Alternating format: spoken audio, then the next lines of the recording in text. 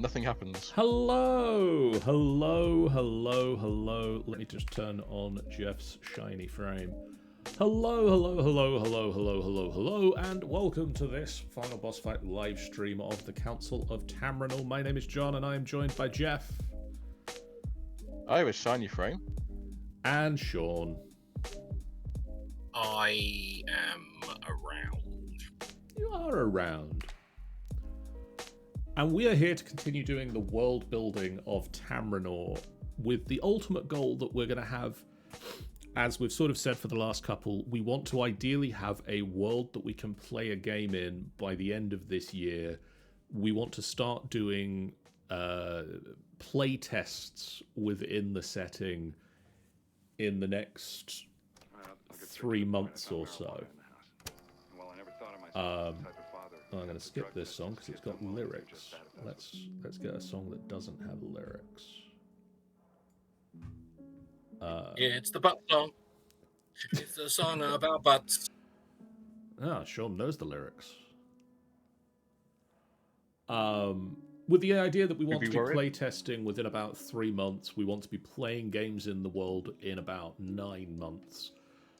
So we've got some lofty goals, very achievable, I feel, goals, but still somewhat, maybe ambitious. Oh, it's doable. Doable. Before we get started, get that out of the way. Oh, well, let's get that out of the way. Geoff has resubbed for 76 months in a row at Tier 3. Thank you very much for joining us at the round table, Geoff B. Who's that? I don't know. Some sort of nerd who keeps subscribing. Ugh. Well, yes. That's how we get our viewership. What a nerd. So, in terms of things that we need to discuss amongst the council, one of the things that I was discussing recently with Goat that I need to bring up for a discussion session we're going to have, but not tonight's discussion, is Goat, who is also doing some world building of his own, and is writing a book about traveling in the abyss of his own setting. One of the things that he is adding to his sessions or his setting is diseases. Okay. And I feel that there is a wellspring of narrative things that we can. Thank you, Stream Elements, for noticing we're streaming. Yes, we are. You guys were streaming? It's quick off the draw tonight. So one of the things I was saying to Goat that would be quite interesting to have is, one, have some discussion about some of the illnesses that could potentially be encountered within the world of Tamrinor. I kind of liked one of the ideas that he had, that there was an affliction that potentially people suffered from if they relied too heavily on healing magic. And it sort of gave you some incentive to not constantly use cure wounds on each other, because there was going to be potentially some health drawback later in life. The other thing I was sort of... You could riff off that as well. You could say, is using magic addictive? Yes. Is that the answer? Yes, it is, or yes, we can? We can have that discussion, but also, yes, it is wielding this power,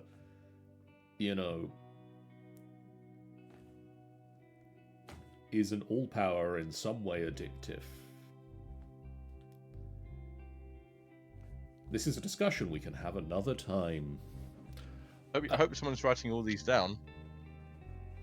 Yeah, I hope someone is too. It's not me, because mine's on screen right now. The other sort of way my brain went after that discussion was it would be interesting to discuss some of the epoch-changing moments that have happened on Tamrinor. Because at the moment we've kind of got the foundation of the Alliance of Casimir.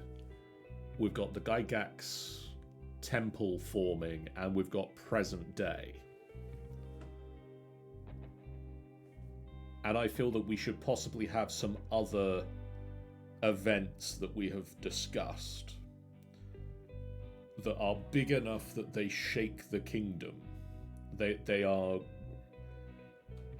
epoch-changing, unprecedented moments that don't occur, like, not everyday occurrences, but things like, and the reason my brain went there was global pandemics, for instance. Never happened. No idea why that sprung to mind immediately in the year of our Lord 2024. But it did. So get used to it. But tonight, we're going to have a little bit of fun and... oh, you didn't tell me the fun. Oh, okay. God. It's going to be a hard graft. Yeah, that's better.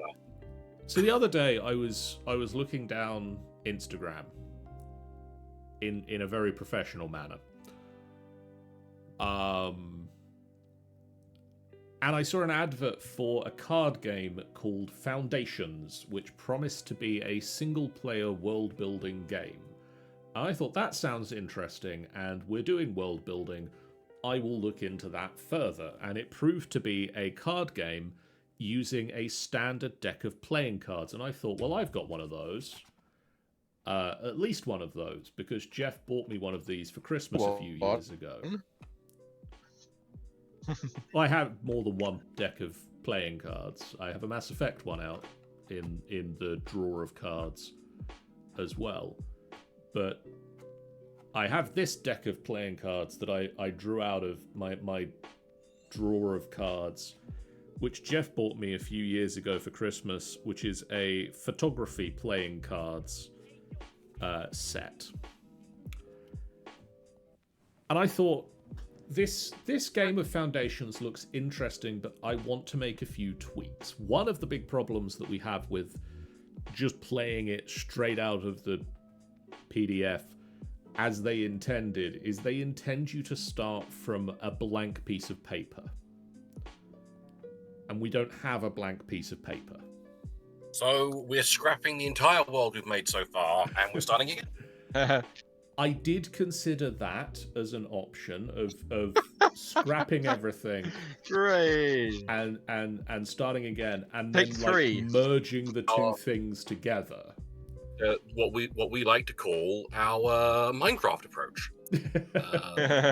We're rebooting spend the so long server. building all the stuff up, and then just like spend all the time building the stuff, and just like burn it Now all. that we've nearly finished Castle, we're going to change the mod pack and start all over again. Yes. I did consider starting from scratch and then sort of either trying to aim for where we were at, which seems to go against the game in the first place and is a waste of time of doing it, or just sort of play it up until the point where we're at now with the world building, and then switch over from whatever world we've built in the game so far to putting stuff into Tamrinor, or somehow sort of shuffle the two things together. What I've ended up going for is I've curated, as I've named the stream, I've curated the cards a little bit. I've picked some of the cards from the race, the species origin section of the game. And then I've started with the clubs. And the clubs are when you go from having dotted pockets of people around the world to religions start forming and kingdoms start forming. And so this will delve a little bit into the history of Tamrinor, but also will have some interesting hopefully some interesting discussion happen We might have some new races that might be playable races get formed in this discussion. We might have some new locations to dot onto the map. I think my thought of doing this is I've got the cards here. I've curated them. I've shuffled them. I've randomly inserted what they title the magic cards, which have magical random effects on them. I don't know what those cards are for this game, so I literally, in that sense, I don't know what's going to come up, and I don't know what order things are going to come up in. And I really hope that we don't just like speed run and get to the end, because there is just one card that says the game ends in 3 turns. So if we very quickly add the second deck of cards and then randomly draw that card, this will be a very short run at this game. I don't think that's going to happen, but it is a possibility. You said it now. Roll a 1. You said it now. Too late now. You said So it. my thought is, I'm going to draw from the deck that I have. I'm going to read the prompt out, and then I'm going to go back and forth between the two of you as sort of the main prompt person to answer that question. I'm not saying that the other person can't chip in with thoughts if they have them, but I think it's ideally one of you has final say on it. Does that sound fair to you guys? The thumbs up showing says my yes. thumb. Where's Yes. my thumbs up? There we are. There we are. Okay. Actually, do you both have dice or a random number generator of some sort within easy reach of yourselves? Yes. Let me look around. Let me look around at my piles of dice I have right next to me. Could you possibly both find a dice of the same size and roll to see which one of you gets the highest to go first? Oh, no, which one am I going to grab? Pick a dice. Pick a dice. I picked up I got a D20 right off the bat. I kind of want to go to my Call of Cthulhu bias and go for a D100, but okay, D20. I'd love it if Sean rolls a D20, Geoff rolls a D100, and Sean still wins it. Oh, now you've said it. 19. Hang on a minute. Oh. 19. It's going to be hard pressed. It's still doable. It's still doable. Oops, that's not gone well. 7 and I think Sean wins it. I rolled 77.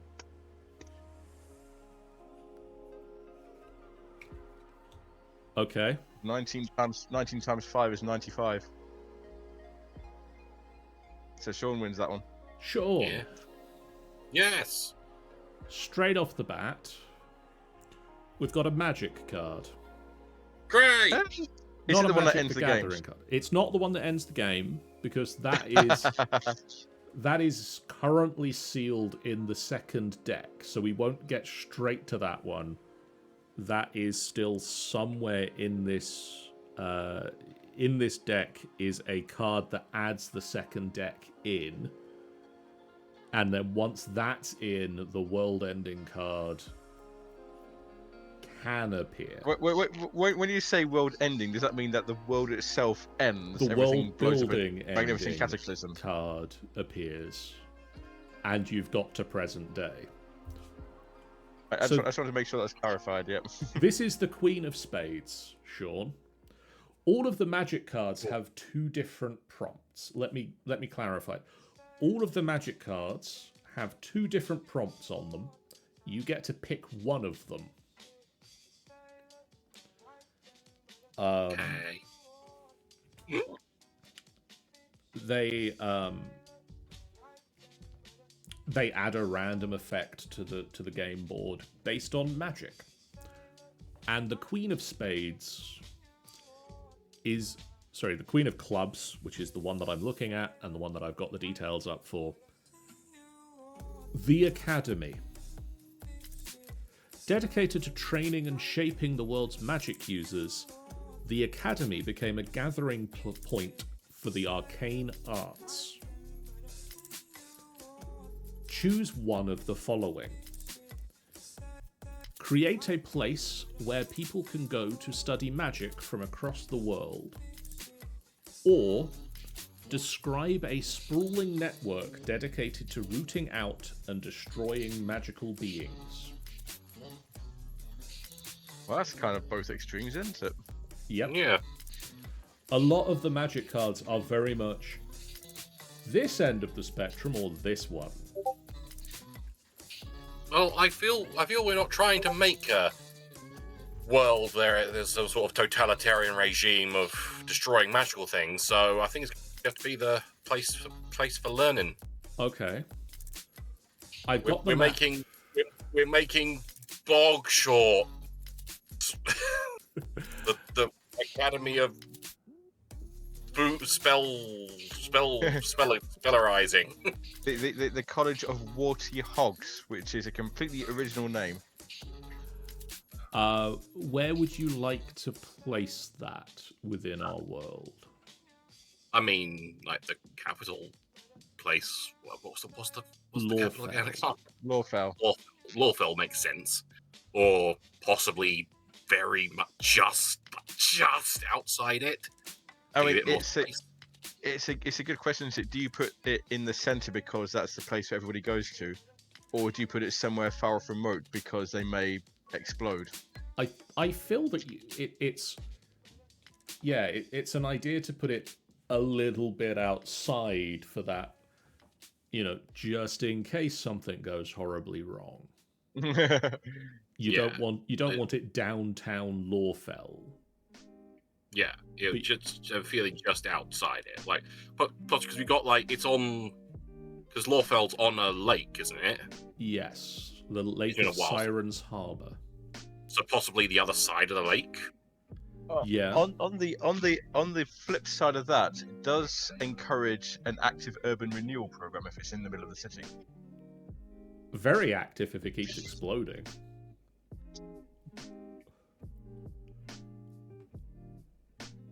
I feel the other part of that is it encourages another place to exist.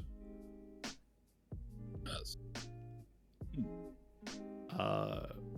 So you got the academy, and then you got like the support network around it. Yeah. I feel it'd be an interesting idea because I suddenly thought of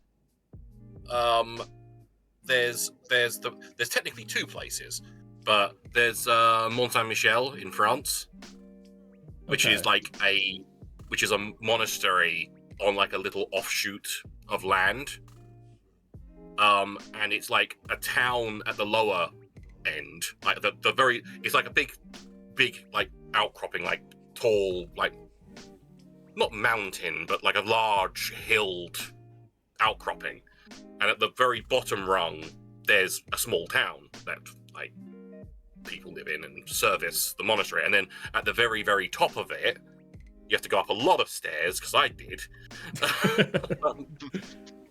And then at the very, very top of it is the monastery.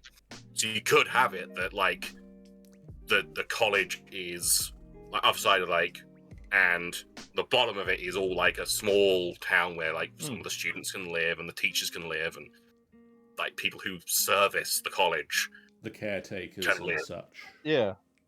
And then as you go higher and higher up, there's more like actual college buildings and teaching areas and stuff like that. And because it's magic, it can make no sense. You could have like a field like jutting out, completely unsupported, stuff like that. I also like this idea that because it is across the lake from Lawfell, you can see it. Like there are going to be places in Lawfell that you can look out and see this tower that it like has fields jutting out of it, that has completely nonsensical construction, because why obey the laws of physics when you don't have to? And if you're a young... What have the laws of physics ever done? What have the laws of physics ever done for us? But you can be there. That works for... Like, I want to go there. Yeah. That works for like... Yeah, that works for what I was thinking. I was thinking like Oxford, where you've got the university and the city springs up around it. So you've got like all the support network for like you say, the students and the staff. and then that it just becomes a city in and of itself, a destination in and of itself. So again, you get all the other traders coming in as well. But I like the idea. I like the idea of it, like being up on a hill that just like makes absolutely no sense, but it's there, and you know what it is. You know where it is. Okay, so let's go back to the notes. I think for And one, the entrance exam is, can you get to it and can you get inside it? Well, that's certainly step one of the entrance process. Find the entrance. So I feel that I'm going to put all of the notes in my notes to expand section for tonight's streaming purposes, and then I will expand them later into full-on sections and things, rather than trying to do all of that tonight. But I feel that we need a name for the city and we need a name for the academy more than... Although I am not opposed to just calling it, like people calling it, the academy. But I feel that it probably has a official title. Yeah, I feel it would, yeah. Oh,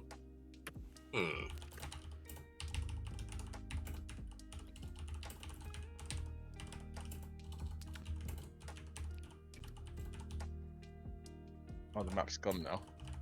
What's the lake called that it's nearby? Oh, there you are. Siren's Harbour. That's the... What, is that the actual name of the lake? That is the name of the lake. Okay. So something with siren in the title.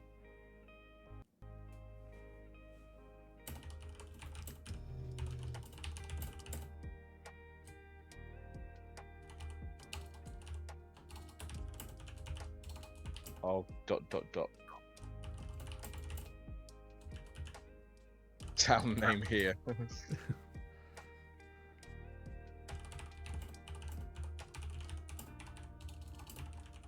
contemplating. It'd be funny if, like, no, they said, like, no, someday we've got to come up with a name for this town, and they just never came up with a name for the town. Yeah, they got busy with some experiment and just forgot about it.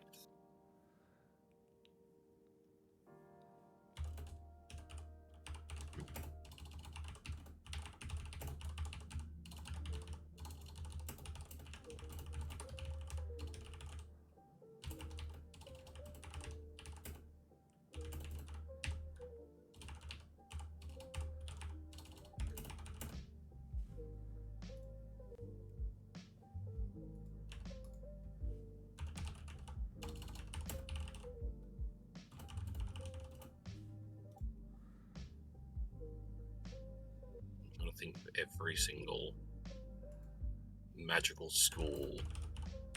I kind of like the idea of it having siren in the name, because then that means that the lake Siren's Harbour points to the academy rather than just like being called Siren, randomly called Siren's Harbour.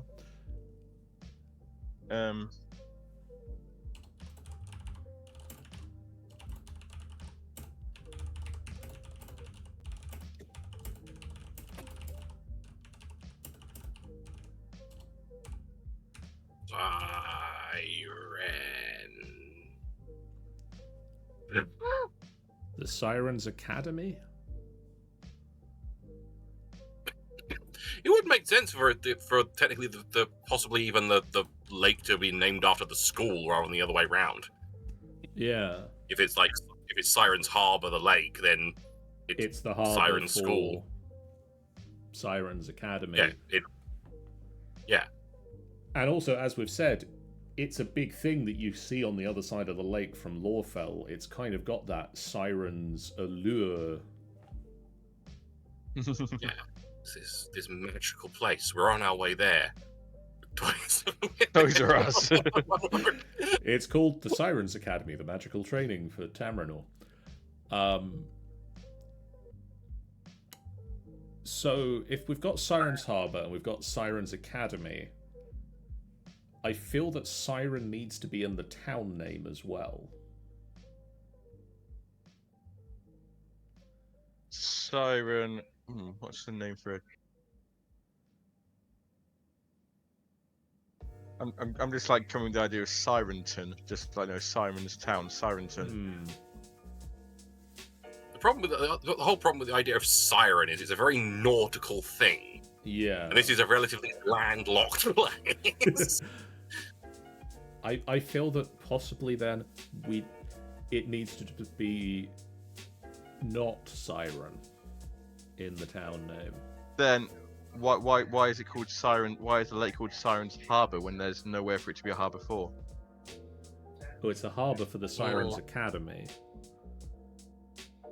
The town, I think we're unless we just, I don't like Sirensburg or Sirensville. Or... Sirenston, not too bad.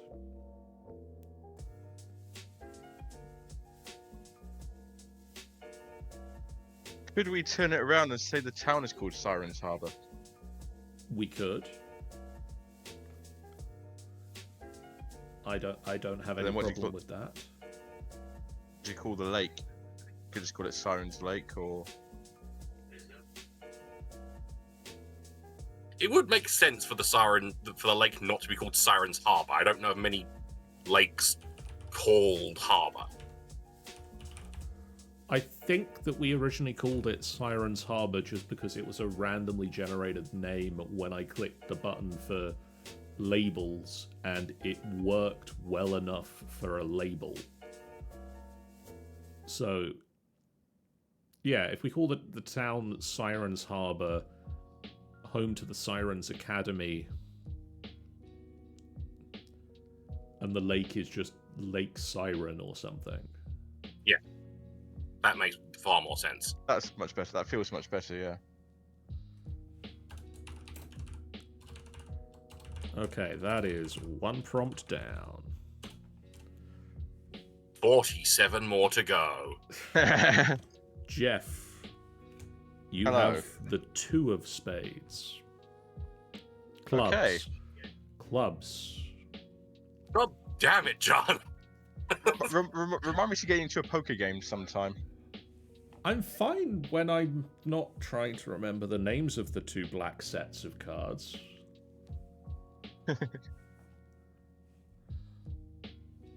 Clubs. Shakes head into Two of clubs. John. Clubs. Clubs. Which, by the way, I was asked to read this out. It's shooting modes. So it shows you the wheel of a camera and tells you what the different shooting modes means. Landscape, program, shutter priority, aperture priority, portrait, sports, and macro. Photography. What? Exodus. Expelled from their homes, these people wandered for many years in search of new lands to call their own. Create a diaspora, or peoples forced from their homes.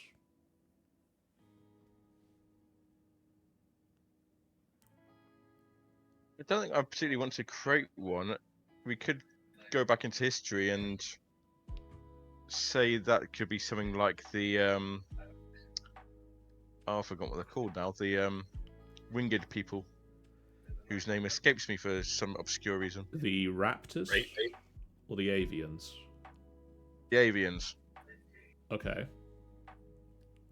Because I know they've migrated, they've gone up north to somewhere where only they really are. So you think there's some reason that they were driven out of Some reason they were some reason they went up north. Some reason they were diaspora doesn't have to be about being driven out. It could be like mass migration as well. So for whatever reason, which we can talk about, they've migrated up north, isolation for however many years or centuries or whatever, and are slowly starting to reintegrate back into main society in ways we've talked about before. Yeah, it could be something happened. Not like they're not necessarily being driven out by any like sort of intelligent force. It might just be natural disaster, pestilence, something like that. Yeah, or natural exactly. disaster.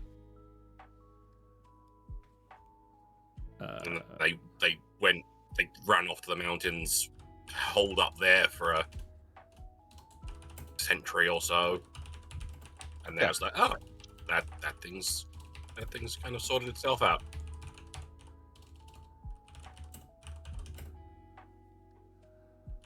We can go down now and be all haughty at them. I mean, you could then say the common trope of is it because something happened which removed a lot of the world's knowledge, and the Avians, as guardians of that knowledge, took steps migrate up north to protect the knowledge, and now they're trying to reintegrate it back into society. But because they control it, they now have that power of being able to control the knowledge that is being fed back into the world. For those of you who want it in Warhammer 40k terms, Mechanicus.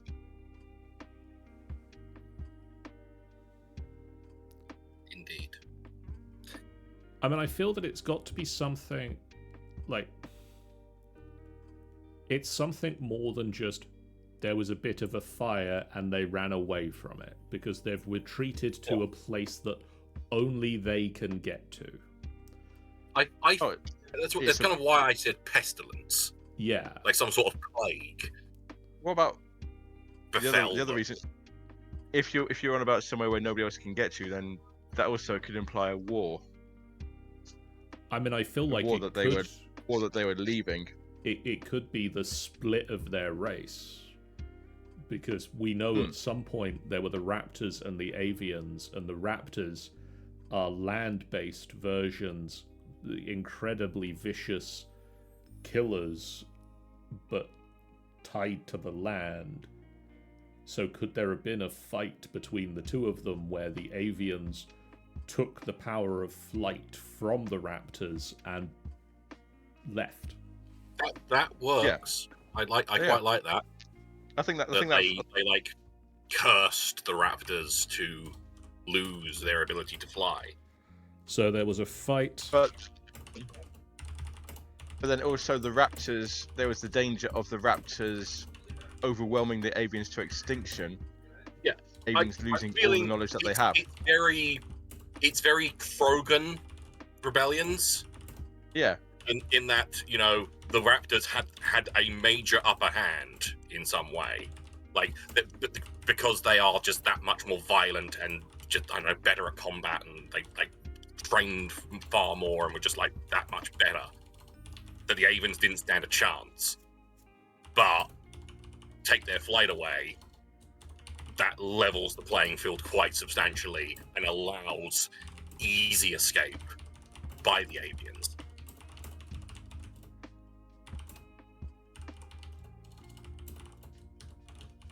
And it's a great opportunity for me to throw in the Krogan rebellions.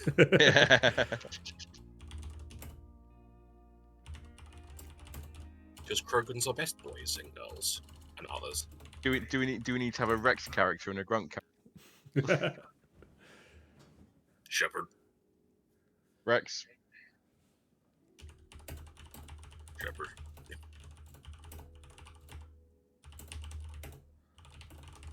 So I've just written down, the Avians were driven from their original homes and settled in Sunspire, a location that only they could reach. There was a fight between the Raptors and Avians, which could have led to the extinction of the Avians. As a final last-ditch effort to maintain their survival, the Avians cursed the Raptors to lose their power of flight and allowed the Avians to flee to Sunspire. Now, many centuries later, the Avians are starting to see that they can reach out into the world once more. Yeah, I think that pretty much covers it, yeah. And the Raptors harbour a deep-seated resentment. Sean. Which they had anyway, but now it's even deeper. Sean. You have the 6 of clubs? Yep. 6 of... It's not the 6 of spades. Are you sure, John? Yes, the spades are not in this deck. They are the first set of cards. The Ace of Spades is literally you draw the continent. The Ace of Spades! The Ace of Spades! This particular card shows you a histogram, which is a graph of how much white to black there is in an image. starting at pure black and ending at pure white.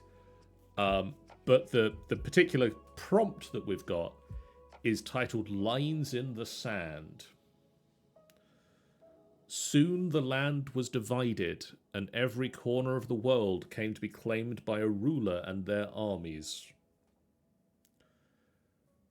Your prompt: draw borders on your map as ancient settlements unite into a nation. I need to see the map for that. Let me actually remember to turn on sharing to the Discrod. Discrod. Where are you, Discrod? Where are you, Christmas? Why can't I find you? Hopefully you should now see the map. I must mute. That's the wrong thing. I must mute. There we go. Yeah, you were coming through twice. There we go. Hello? Hello. Hello. Okay, just making sure. Making sure I muted the correct thing. Can you still hear me? Yes. Are you sure? Only once or twice, or how many times can you hear me? I've muted the stream, the streaming thing. That's where I was going wrong as well. Right. We've got draw lines. Draw borders on your map as ancient settlements unite into a nation. Draw lines. Yeah. I need to get up a thing that allows me to draw lines. Can you allow Sean to draw lines? Well, I can't allow Sean to draw lines, but I can draw lines where Sean tells me. Okay, Sean, get a Sharpie.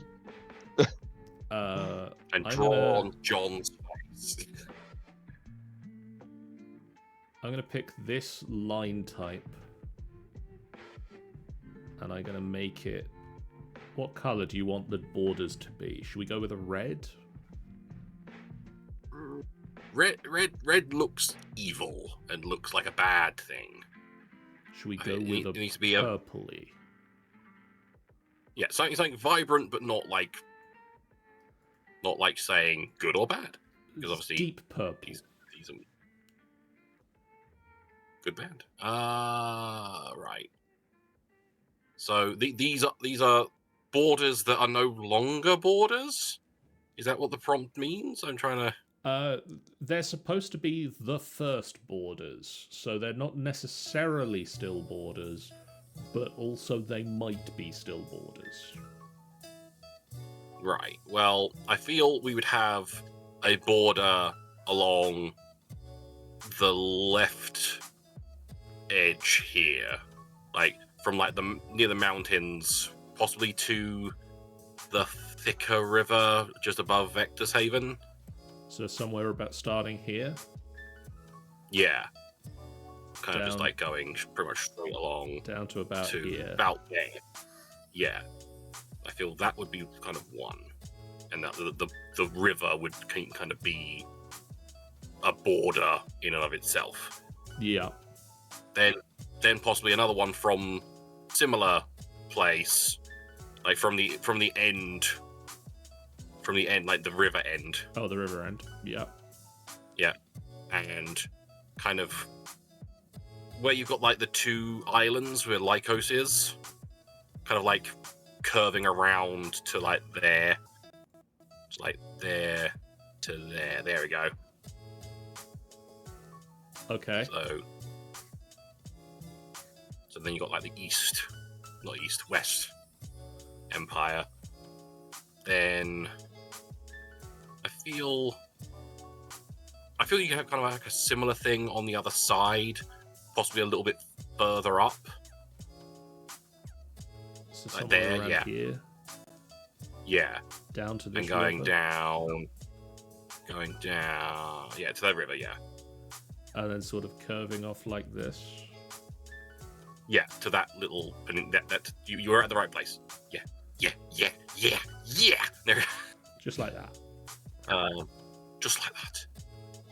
Then, from like halfway through that second bit, the line you just made, Yeah. kind of go along it a little bit, about there, Yeah. and go kind of curve it around, and then kind of like where there's that little spiky bit on the lower bit of the desert. Like if you pretty much go directly down from where you are, that yeah. Okay. Any others? Because I think we'd have at least one in between all these, like in the middle kind of area. I feel Maybe coming down like one side of Honeywell or the other. Yeah, that side of Honeywell. And probably go around Torgalard. Yeah.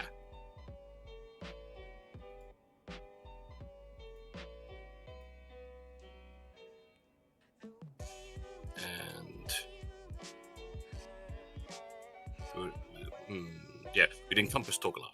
So, yeah, go down, around, and then kind of like link up to that other line. Like that. Yeah. Yeah. You're okay with that'll that?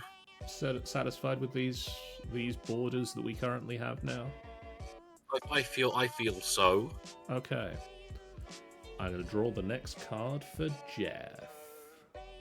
Yeah. Geoff, Undo all the borders that were just drawn. You have a 3. I have a 3. The 3 of the suit that we're dealing with here. The 3 of 3s. Beyond the waves. Not satisfied with conquering the land alone, the people of the ancient world found new ways to turn the seas into their dominion.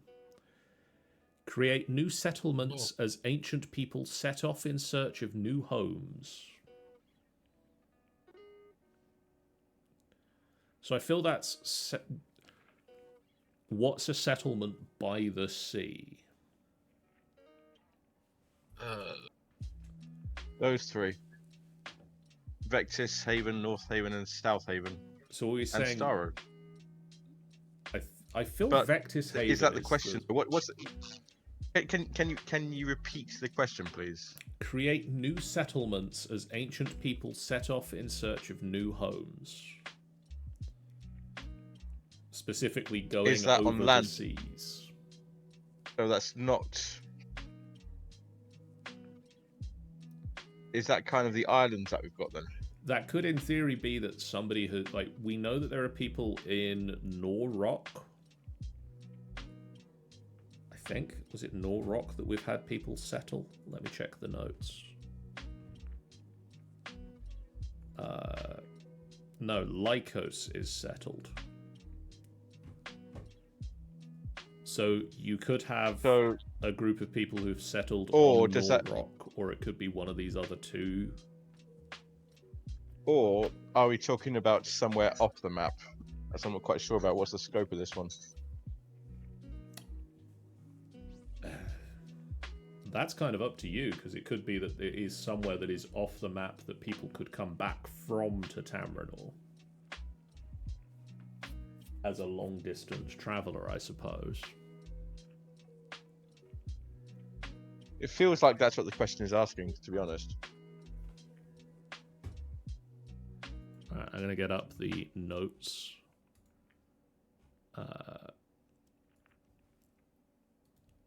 Let me also make these...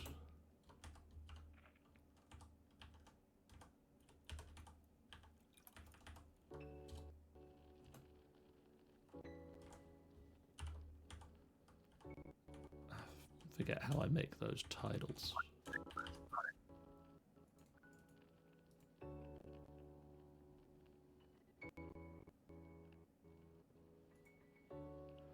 Ah, yes, hashes. Ooh.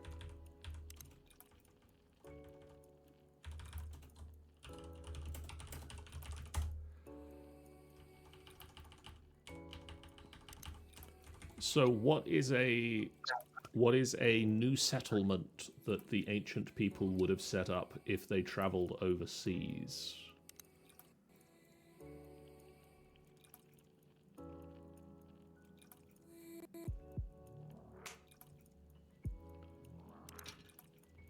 Oh boy, we're talking migration, aren't we? I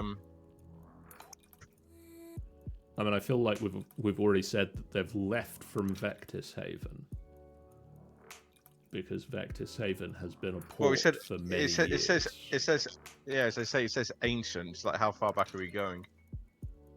What? Let's say it's an. I'm going to have to say it's a new continent, and the first city that and the first landing point on there was, well, they call it First Landing because it's the first place they landed, and it's become like one of the key cities of that continent.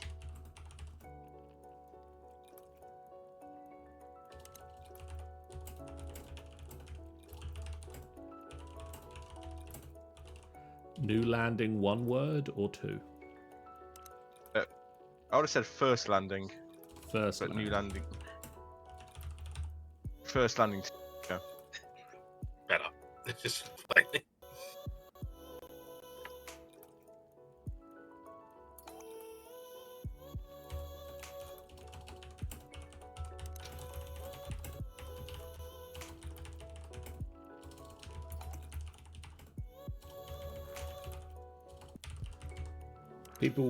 People found a new continent and settled it. The main city, being called First Landing, was built where the explorers first landed. Landed. Pretty much, yeah. Yeah. Okay. We'll see if that comes up in any other prompts as I turn to Sean and say Queen of Hearts. or The Land of Titans. okay. In the world existed great behemoths whose power could devastate entire nations. Let me bring us the map back.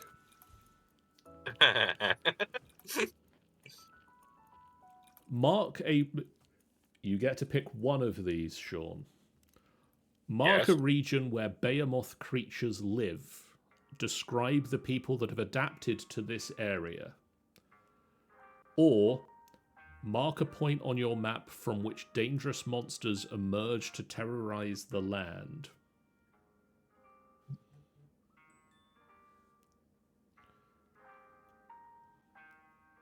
So, either mark a place where they actively live, or Yes. mark a place where they spawn. Apparently, yes.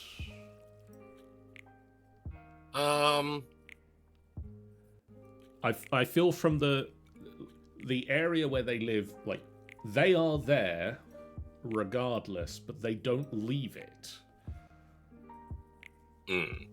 Whereas if you do the one where they spawn and then they wander around until somebody deals with them.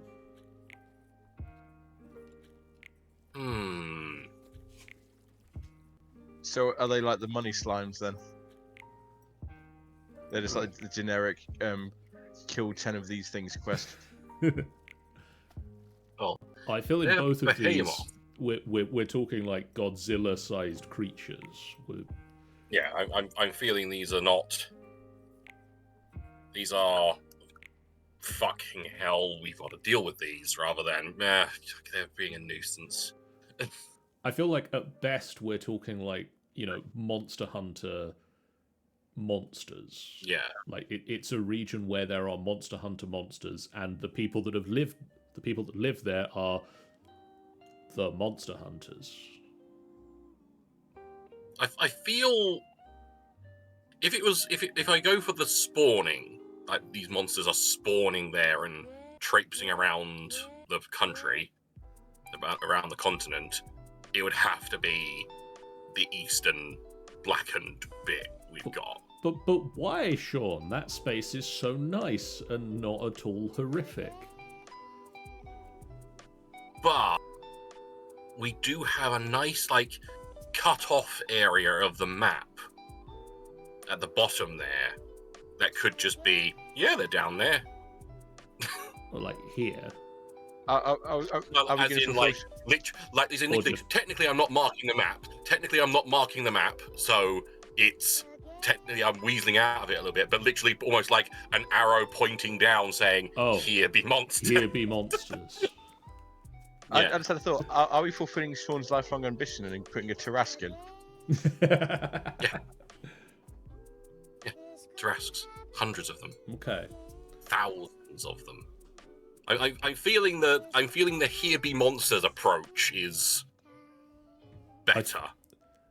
I'm gonna need that red coloured line here, and I'm just gonna do a line across here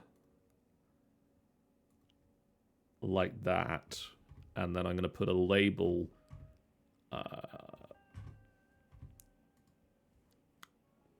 A label that just says "Here be monsters." I can't do a downwards arrow. Then what's the point, John?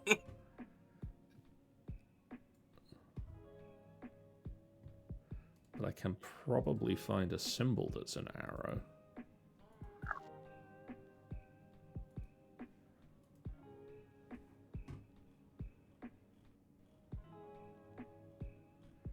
Might be able to find a symbol that's an arrow.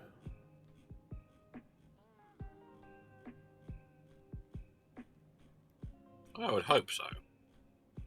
That's the thing. That's the kind of thing you'd want on a map.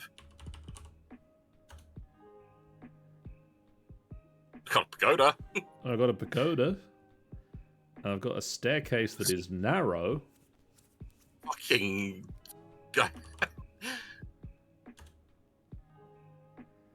Nope. No arrows. Fine. Either way, we get the idea. It's down we know there. what it is. We know what it is.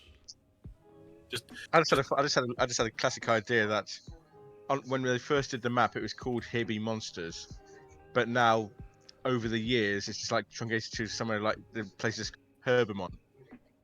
I'm not quite sure why it's called Herbamon, but that's how it started. Somebody wrote down Here Be Monsters on the map. Okay, Geoff. You have the 9 of clubs.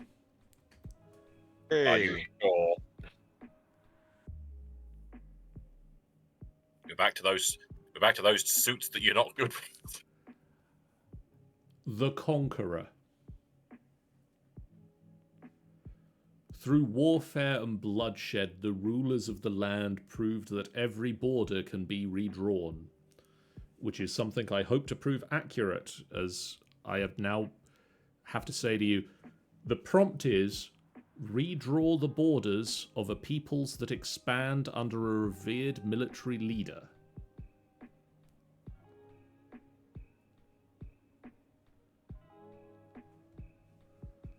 Hello, Lortak.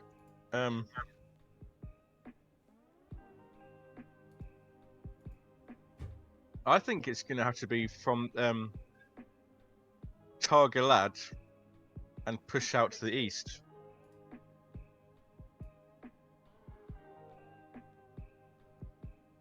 To like there.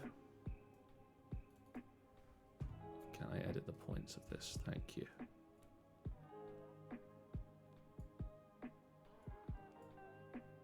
I think that makes sense then, yeah. And then he was beaten, and then later on beaten back, and then he finally got defeated at Lawfell.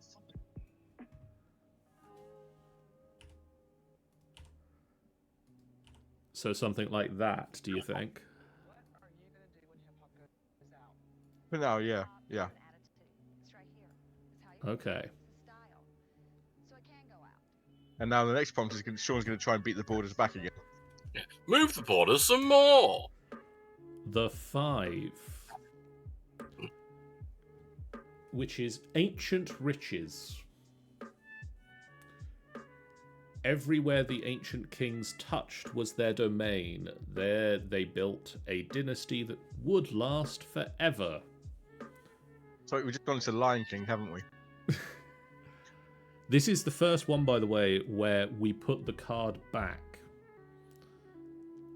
And so when Sean's done with this prompt, I shuffle the deck and this card goes back into it and can come back up again. Describe a rich ancient civilization.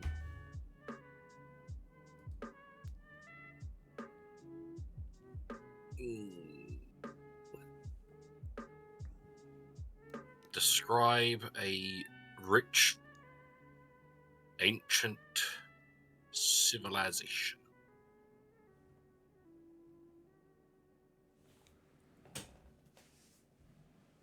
I'm just reaching across to get my laptop real quick because I think there was more. I'm sure I've read more prompt for this. I'm double checking. Carry on thinking for a second. I'm pondering, brain. Are you pondering what I'm pondering? I had read more prompt for this on the other thing. Okay. Randomly choose a settlement. Right. Doesn't necessarily need to be one of the ones that we have on the map at the moment. Choose or create a settlement. This settlement becomes a thriving city-state run by a powerful ruler. Give it a name and draw its borders on the map. We won't need to draw borders on the map, but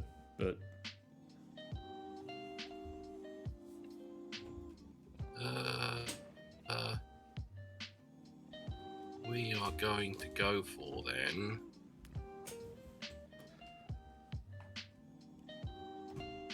So pick somewhere that ancient humans would have, or ancient race would have settled.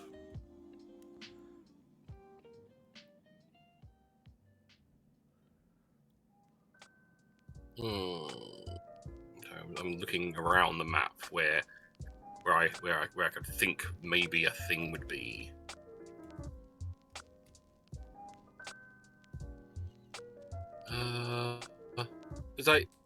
And this is somewhere that is still fully there and active and alive and thriving. At the very least, if this card doesn't come up again, yes. If we get this card again, there will be the ruins of that place. Okay. Then I'm going to say the very kind of top left,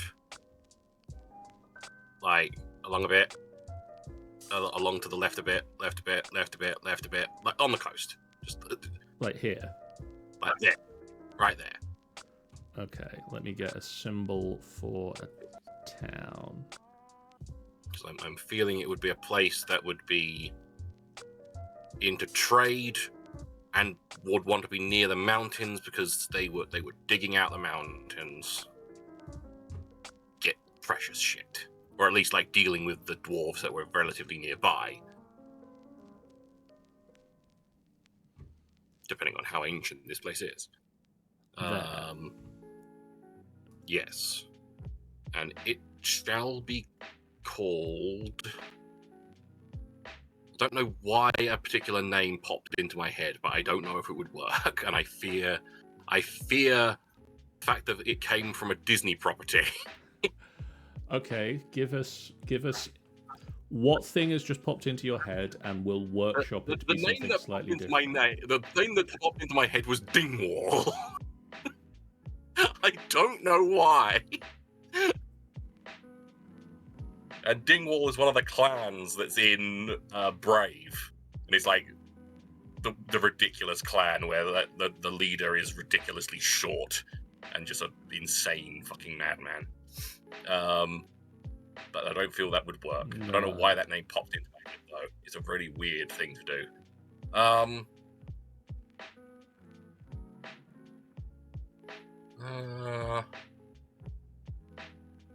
Name.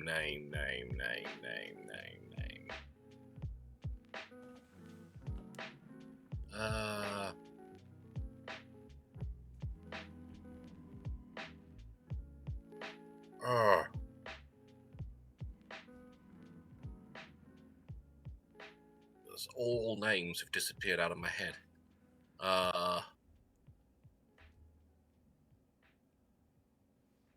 Call it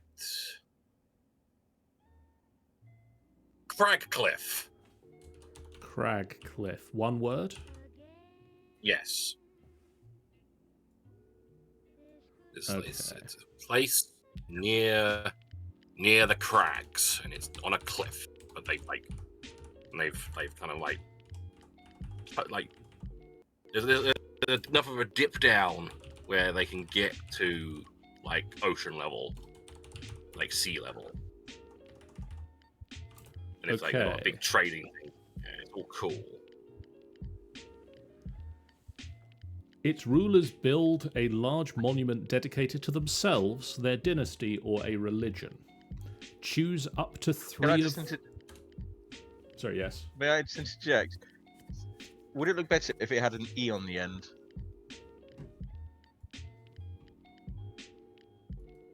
E on the end of... Just try it, just for laughs. I'm not hating it. I'm fine with it. We'll stick an E on the end. Back to the thing.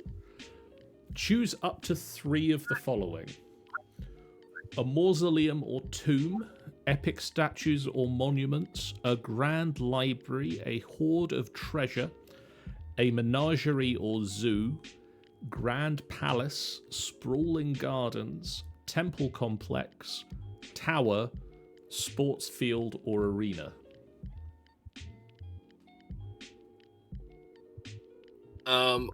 Statue/monument.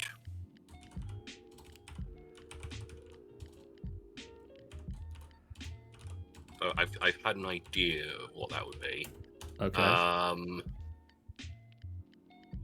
feel did you say like a trove of riches or something? Did you say hoard of treasure?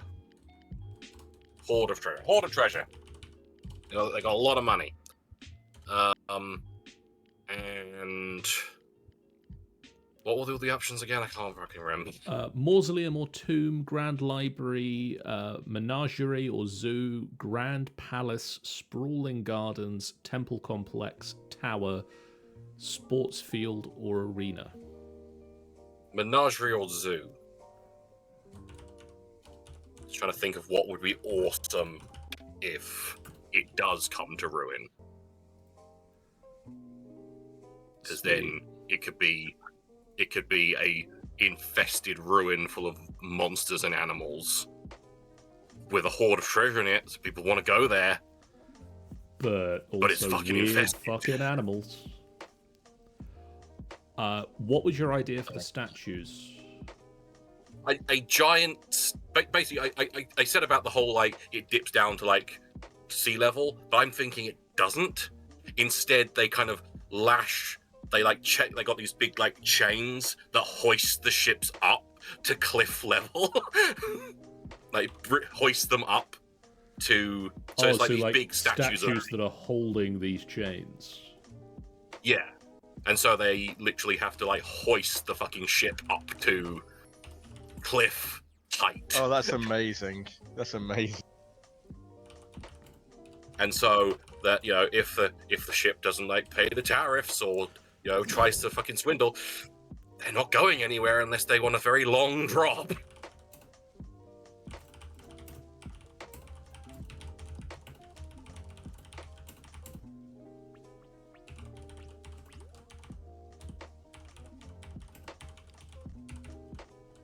And the statues will be like of all like previous rulers or people who did a good stuff. I've inserted the 5 back into the deck. I'm now shuffling a little bit. And far! Just gonna do a shuffle like this. And then shuffle them back together. Jack of Hearts. Geoff, you get a magic card. You. Can you make it this? Magical winds or magical drought. Either the winds of magic blew across this land, transforming everything they touched, or a dark age fell upon the land and magic was not seen for many centuries.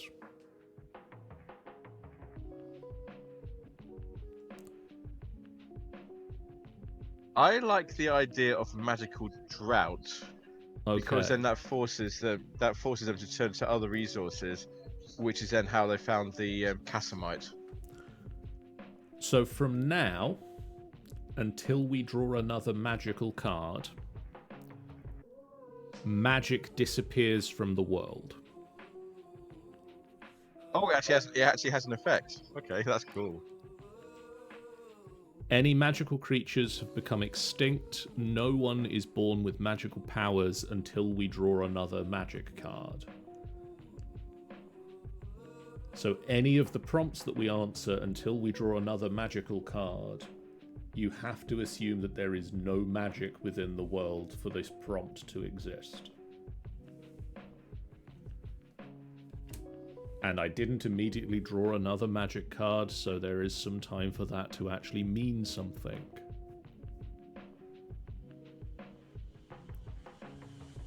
And I didn't want you to minimize all of the things. The Golden Path, Sean. The Golden Path? Laden with treasure, the merchants travelled great distances. Along their routes, foreign ideas began to spread and mingle. We're going to go back to the map.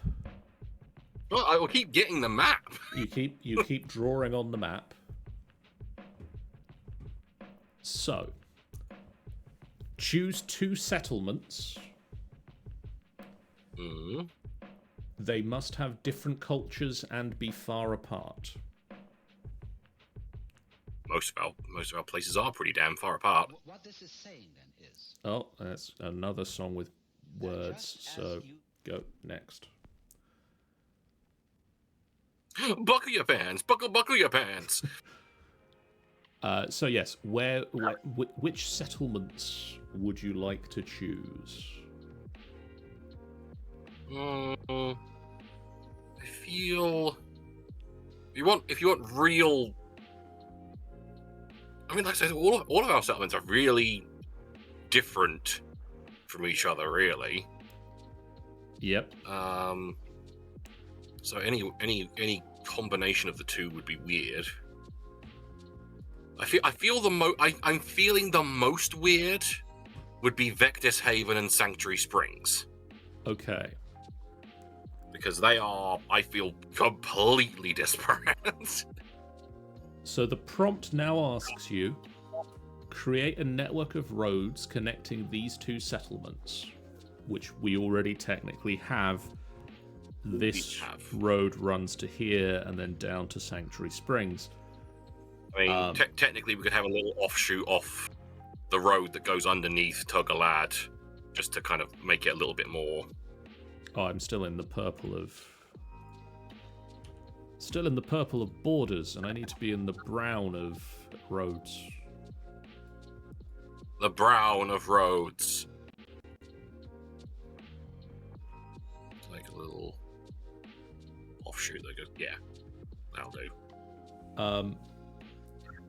The road should connect other settlements and follow easily traversable paths. Over time, people, culture, and resources travel back and forth along this route. Ideas, inventions, and beliefs spread through trade and travelers, creating new blended cultures along these routes. You may also add up to 3 additional settlements representing waypoints, market towns, or tribal holdings that form on or near this route.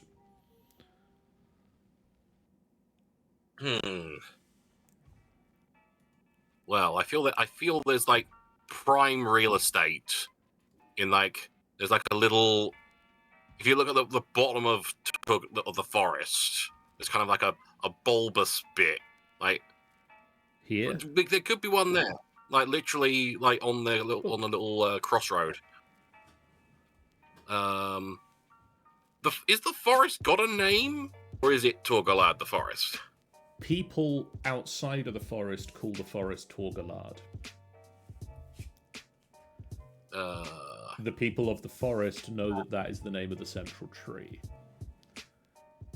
Yes. I feel it would have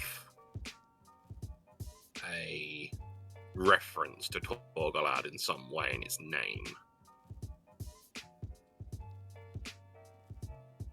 Like Tor Point? Tor Point, yes.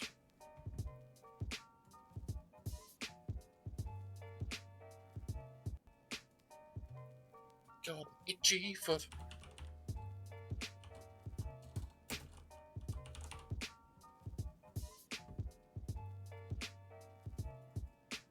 Shrink the font size down a little bit and just pop it there. Yeah, because then that gives it being, it's near enough to Torgalad that maybe you get a couple of elves coming in, you know, mingling, and then you've got people from Sanctuary Springs and people from Vector's Haven. It's sort of a melting pot. midpoint. I can add up 3. I feel only one's really needed though, so I don't really want to clutter that road. I'm getting feelings of Catan coming from this now. Oh.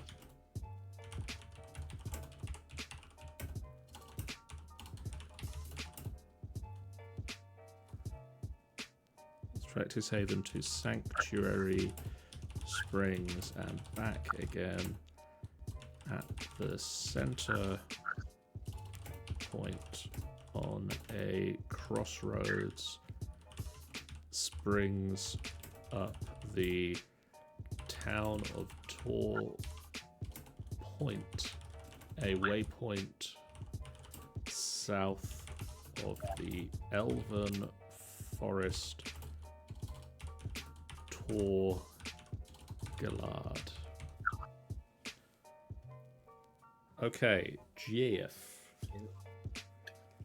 The 10 of Hearts. Yes. Okay, that's a magic card. That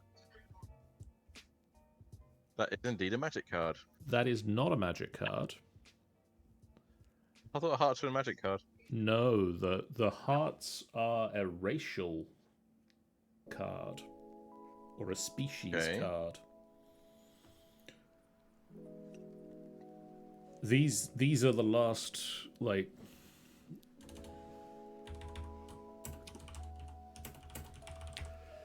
These are the last of the setting up of the species cards, and soon will be removed from the deck. But you've managed to draw one. Words in Stone. From the written word came poetry, science, and taxes. People in the ancient world began to adopt new technologies in order to run increasingly centralized societies. Mathematics and written word quickly spread.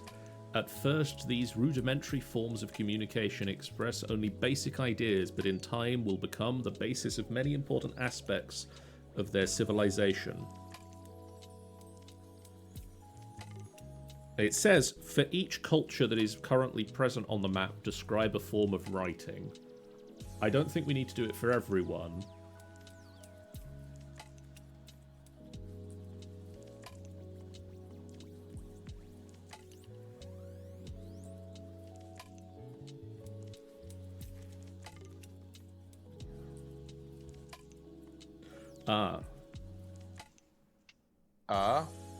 No, because this is the second time we're drawing this, technically, if we're playing according to the rules. And so it's not words in stone. It's the ruling classes. That's very different. As the cities grew, so did the idle rich who ruled over the common folk. Through the invention of taxes, currency, and law, settled cultures become more centralized around towns and cities. In every settlement on your map, there now exists a class of people who hold power over others. Complex economies also begin to form, and people living in urban centers are able to work in trades other than just farming the land. With this development also comes an urban class of elites such as clergy, administrators, and military who rely on the taxes of the common folk. Nomadic cultures which have not settled remain largely non-hierarchical, instead living in smaller bands which follow traditional structures.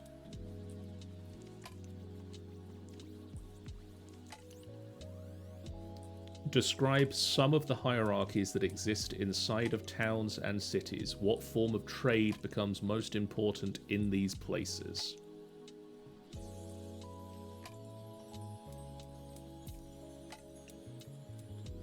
Or we skip that card, because that's not a very useful prompt. It's a very complicated prompt. Yep. I had a disconnect there, so I didn't get it anyway, to be honest. So We're just going to say that there are now ruling classes. that makes sense. We talked about that. But... Okay. Immediately after I drew the 10 of hearts, I've drawn the 10 of spades, clubs, for the first time. Which is an empire emerges. United under a single banner, the citizens of the empire swore allegiance through fear or loyalty. Geoff, you get to look at the map. That's my job. Reminders, this is currently for an ancient time where magic doesn't exist. Lawfell is not on the map at this point. Choose a random settlement.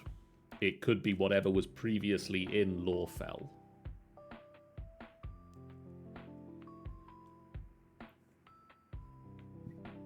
I'm going to go for Torgalad. I'm going to say Torgalad. This is now the seat of power of an empire. That makes sense. That makes sense. Give it a name. Daveville. Daveville. The Empire of...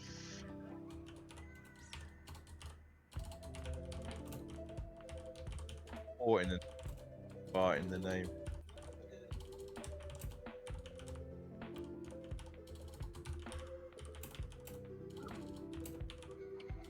Empire of... Ooh.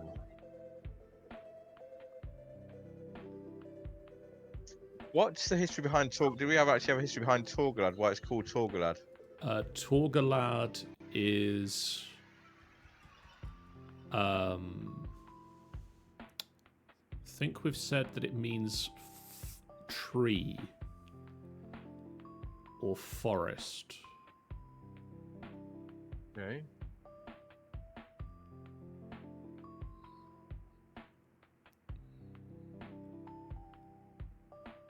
The Empire of. No, I've got the names going from me.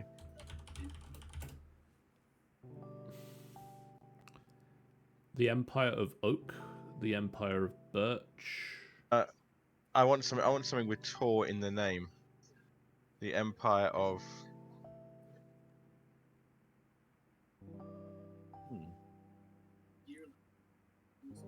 Right, I'm going to say Balator, which is BALA-TAUR,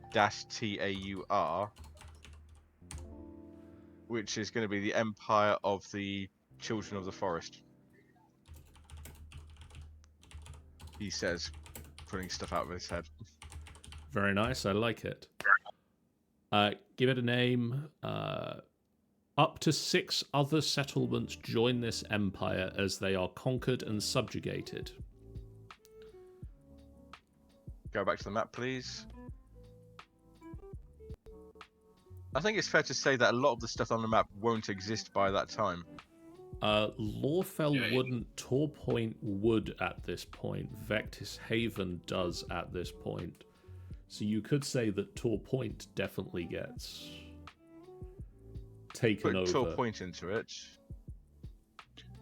We'll put the Havens into it, all 3 of the Havens.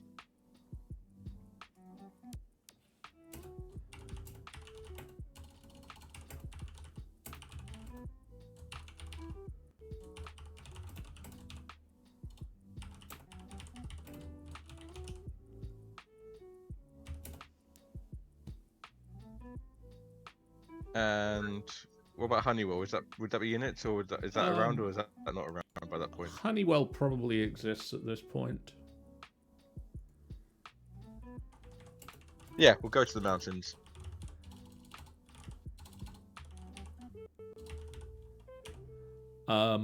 Describe the leader of this empire and its power He's an elf, so structures. he's pompous. He's a tyrant. He rules through force, military, huge military power. It wasn't a fun time, basically. Rules through fear and huge Fear and force. military power. Does he have a name? Oh boy. I know I've just said that. Does he have a name question again, as names have just immediately evaporated from... It's great until you say, do they have a name? And then that's it. The name's just gone. Names just go Yeah. bye-bye. His name is Jim. Well, I can say he has a title. I would say his title is Ardator, which is ARDA-Tor, which is Father of the Forest. I'll say that's all he's known by. Known by Ardator. He is known as Ardator, or the Father of the Forest. So, when we've completed this prompt, one, the 10 card goes back in the deck, but also I add the diamonds. And the last deck of cards goes into the deck. I'm just going to do a quick shuffle like this, make a couple of stacks, and stack shuffle this deck like this, like that, and then squeeze them all together again, like one of those. And then I'm going to say to Sean, you have the 8 of diamonds. Just open the map now. Scrap all the borders, redraw all the borders, redraw the entire map. Yeah. The Mandate Destroy of the map. Heaven.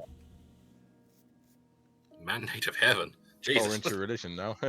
Although independent in name, the client states pledge loyalty to their imperial overlords.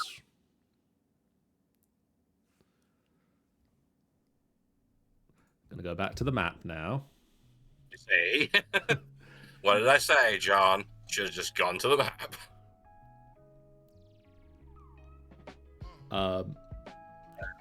So at the moment, I'll remind you that our one big culture, our one established nation at the moment is Balatur. Select 1 or 2 regions inhabited by nomadic cultures near an established nation. You may build a new settlement here and form a new nation of that culture if none exist.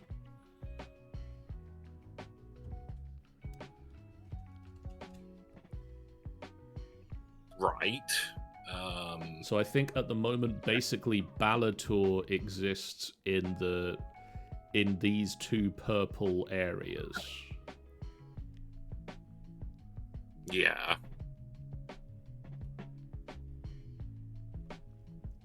Then I'm going to pick the easternmost bit, where, like, near Fort Casimir and things.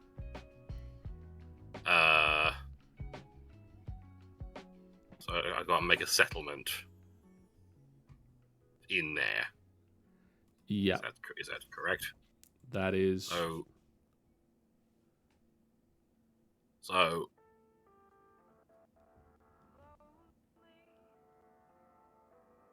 and this is far in the past, isn't it? This we're is currently in, currently or is it- far in the past. Well, not necessarily far in the past. Rapidly coming up to But in the present, but in the past. What I'm going to say is, like, on the south side of the river, going through that area, like in the middle, or like in the middle of the green bit to the south.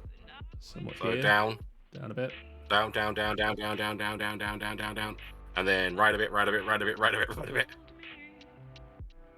A bit more, and up a little bit up. Right there. Because you said there were nomads, so there's not going to be a road. Yeah, there's going to be a little settlement there. Okay, and everybody's favorite time. What's this place called? This place is called Rohan. No. I feel that's been done before. It is called...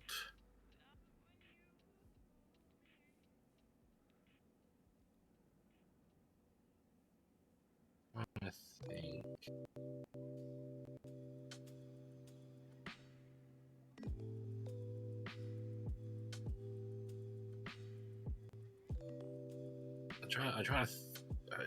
I got things popping in, and it's just like I don't know if those work.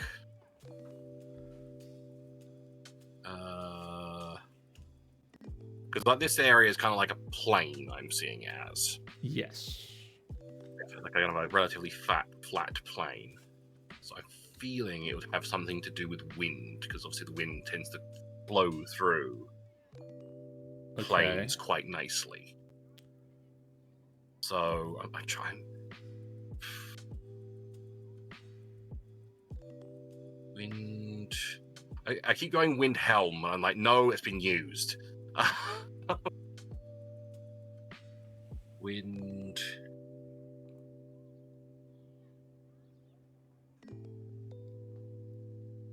Wind.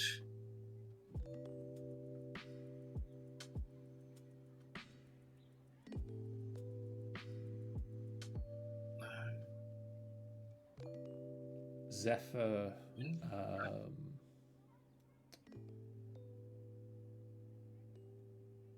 Boreas. Gust. Tornado. Vent. Breeze.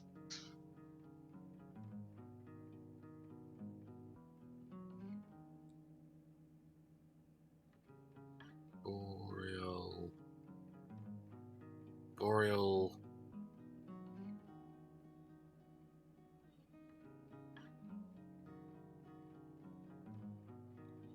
You say boreal for one of the other words, didn't you? Or Boreas, but Boreal also works. Boreas works. So Boreas Fields. 2 words or 1 word? 2 words. Cool. Boreas Fields. Fields. Yeah.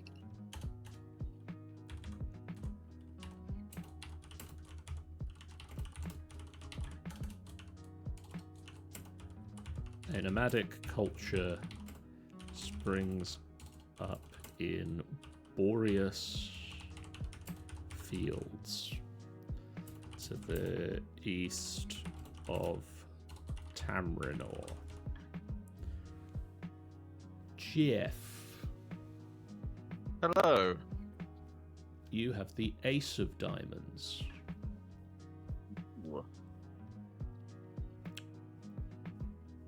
The world ends. That's it. Game over. I feel that you are about to you're about to cause a bad time for Arda Tour, as this prompt is titled The Peasants' War.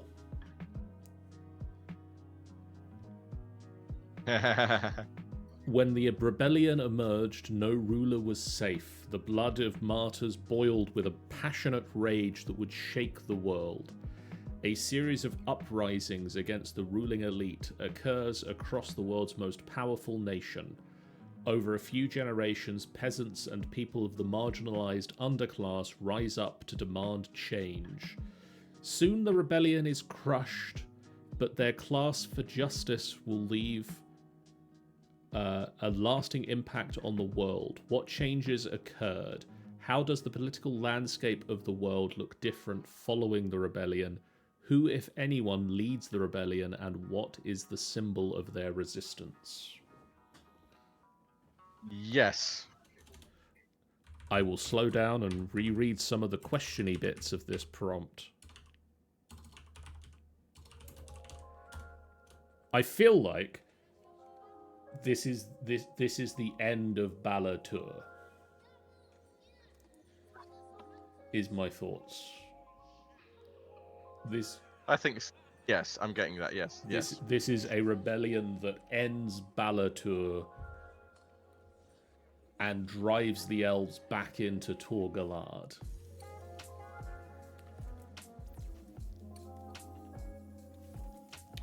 A rebellion occurs that lasts for many years and eventually drives the forces of Balatur back into Torgalad.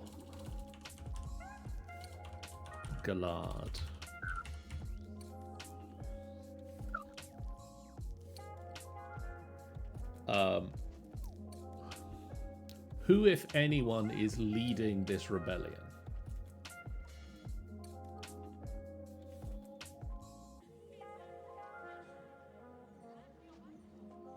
I think it'd be more fun to say that the name of the leader was lost to history.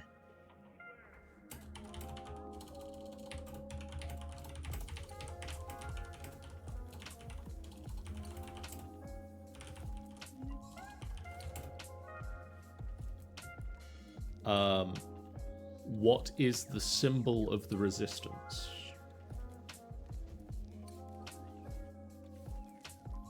A leaf.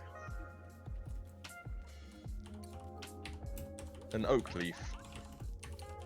Just equivalent.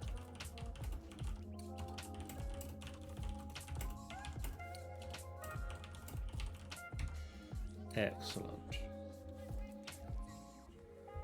Sean. Oh. Yeah. You have the Two of Diamonds. An empire rises again. Slightly.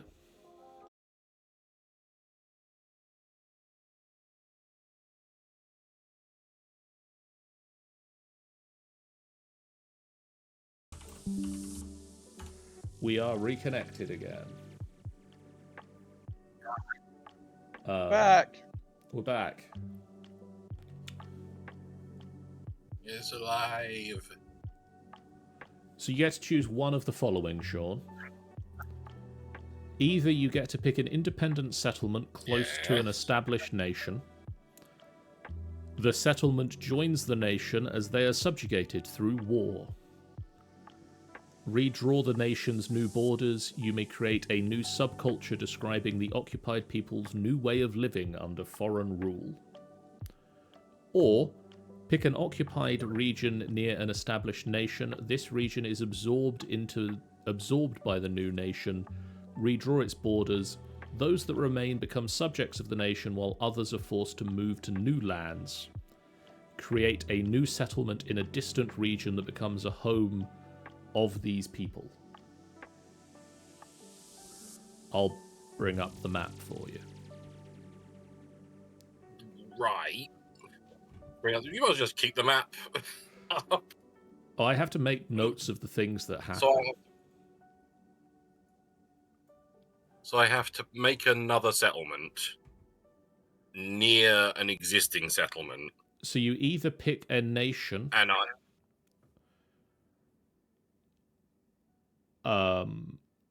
well, either way, you've got to pick a place that has been absorbed by a rival. And so we're going to be redrawing some borders. I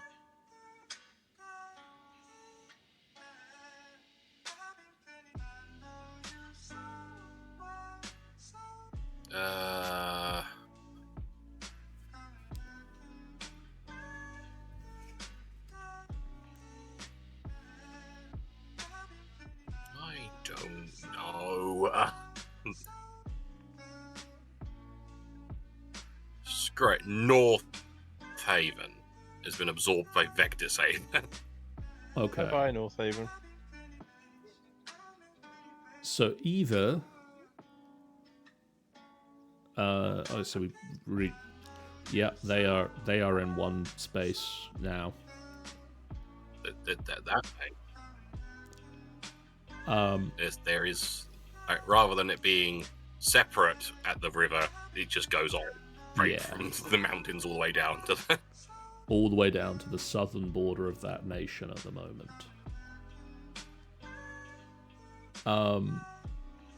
So either we create a subculture that describes the people of North Haven and that space under the rule of Vectis Haven, or you create a new settlement somewhere on the map where the people that were in North Haven and fled from North Haven go to live now.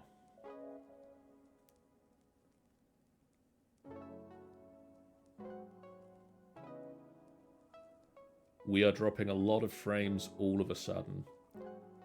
I get the feeling that you're not hearing me because you're not moving on the camera. Oh, either I heard bits of it.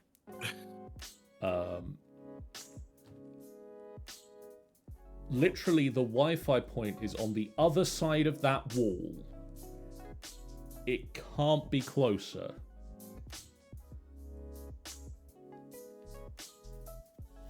Unless it was in the room. I've had one in the room and it complains that it's too far from the living room.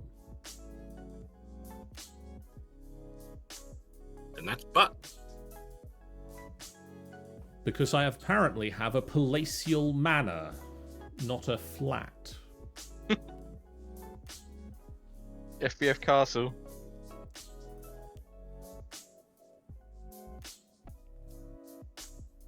Well, we heard all that just then, so... Okay, well, apparently we're back now. So, yeah, either you create a new sort of subculture of people that represent the oppressed people of North Haven, or we create a new settlement where the people that fled North Haven have moved to.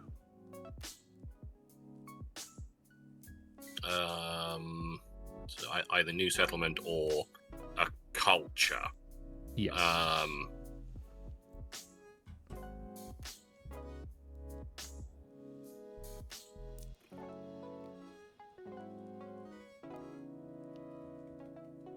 A culture, then. Okay, I so... feel...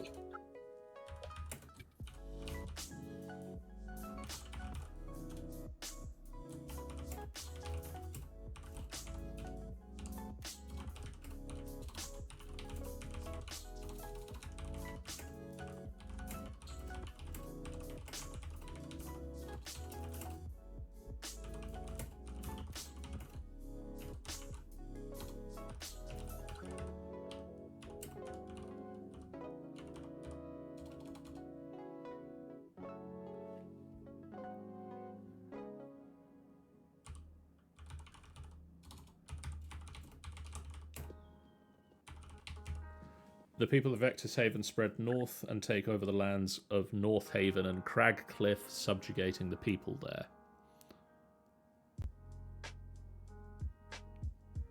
Sure.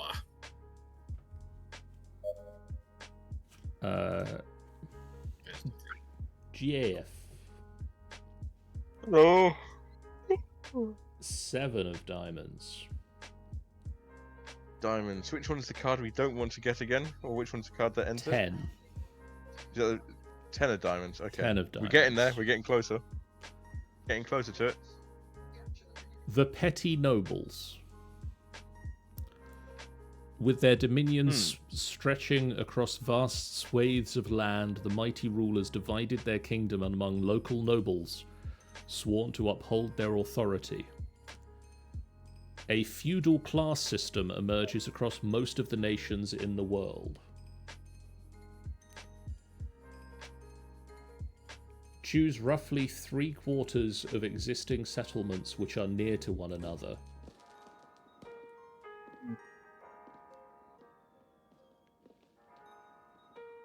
In these nations, ordinary people pledge loyalty to a local ruler who in turn answers to a grand ruler under a system of feudalism.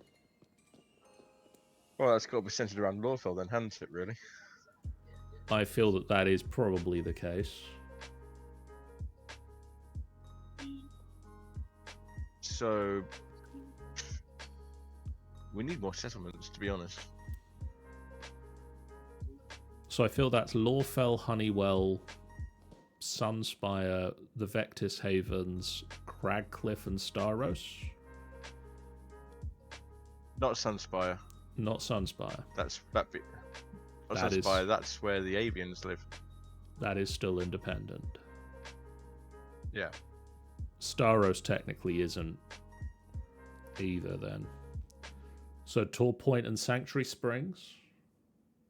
Yeah, that'll do.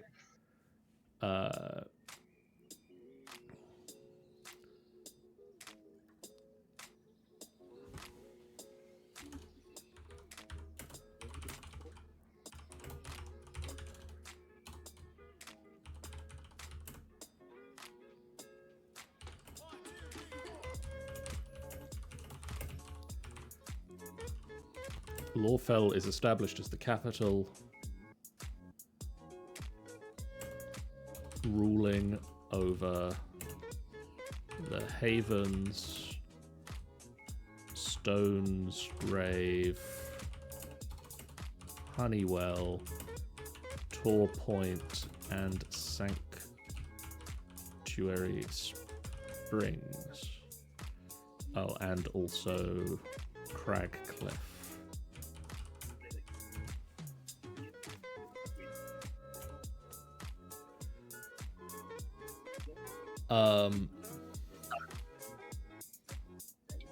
Okay, Geoff, you get to now do some map work as well. Yeah. Choose up to 3 independent settlements. Oh boy. And just choose 3? They are now small nations with this settlement as their capital. Sunspire, that's easy. That's Star of Sunspire and Cravenwing then, surely. So we're going to draw boundaries for them.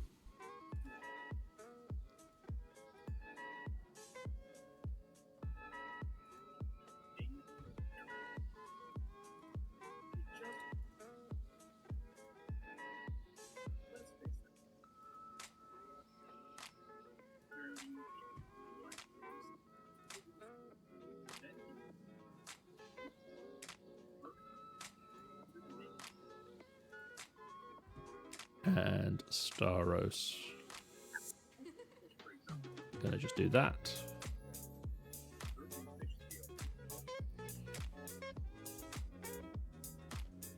And that is that prompt done. Yay. 3 of diamonds. Sean. Yes. Oh. Everyone dies. The Great Huh. Plague. Ah, Yep. Yep. Upon the land was cast a dark shadow, and everywhere it fell there was death. Choose a random I looked- settlement. Are you sure this is a prompt, or you're not just reading the news from 2021 or 2020? Choose a random settlement.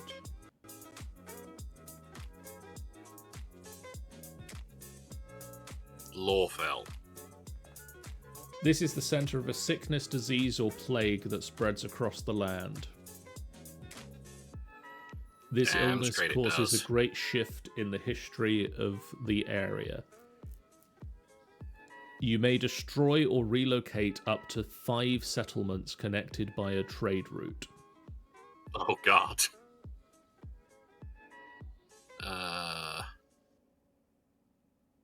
I don't have to. Up to. You may destroy or relocate up to 5 settlements. So I have to do at least one. Is what? Or am I allowed to just? No, I spare them? think you're allowed to just spare them, but there is another segment to the prompt after that. Okay.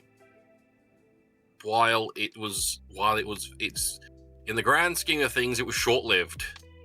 Tor Point fell during the play. It was a small settlement.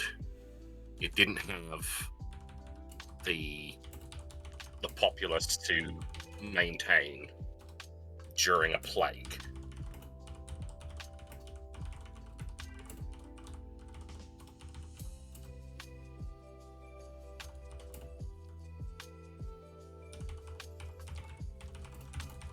Tor Point was destroyed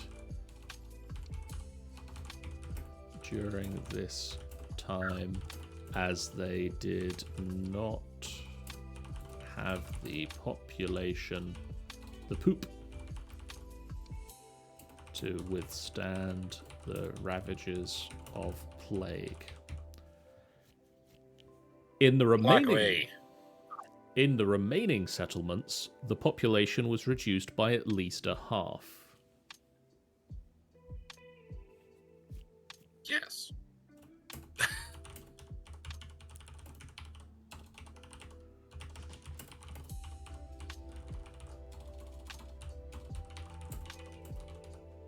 As the plague ravaged.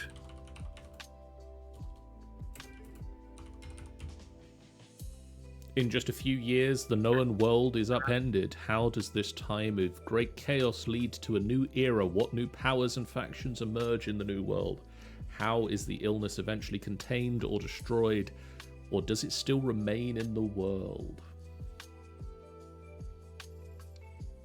I feel it would be like the plague, like the Black Death is now, in that we still haven't cured it. It's just We know better about. we know better about hygiene and things like that, so it's able to be pushed to the very fringes of the world. Like, all it would take is a little slip, and we'd fall right back into it.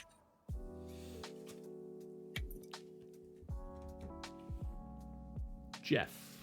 And yeah, Oh. go. You've got the 4 of diamonds. The Holy War. Okay. Yay. It was neither land nor gold that drove these new warriors. They marched with gods at their side. Choose 2 nations or independent settlements.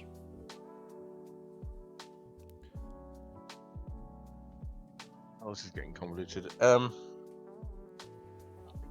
2 nations. Can you feel the map again? I'm losing track of what's around and what. What's not making sense? What is making sense? Oh, Lawfell has been established at this point. Okay, so Lawfell's going to be one of them, and I think Torgalad is going to be another one. Okay. These two places... Wait.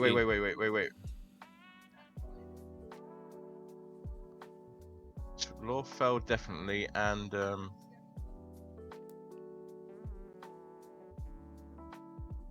I don't want to say Sunspire, if I'm honest. Okay. These two places engage in a series of conflicts fueled by religious fervor that lasts for several generations. Oh no, that doesn't make sense to Sunspire. Then Torgalad, I go with my original answer. You may add up to 3 settlements in a region near the front line of the conflict. These represent an encampment where missionaries, mercenaries, and soldiers gather, eventually growing to be a permanent hub between both groups.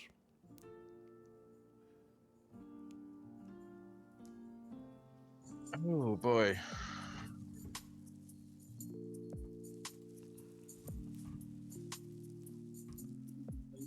Stick 3 in between. I think it's just going to be stick 3 in between Lawfell and Torgalad, really. On the edge of the forest. Something there and something there, maybe? Because it says up to 3. Yeah, that's it. So that's great. Yep. We'll come up with names for them later.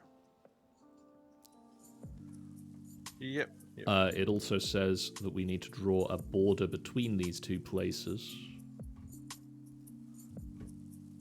This could be how the border from before gets pushed back to the forest.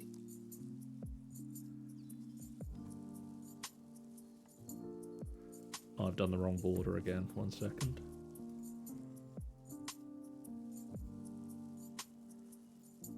So if I do that, so that we've got one new settlement on Torgalad's side, one new settlement on Lawfell's side. Yeah. So if I then make in the notes a holy war raged between Lawfell and Torgalad for several generators.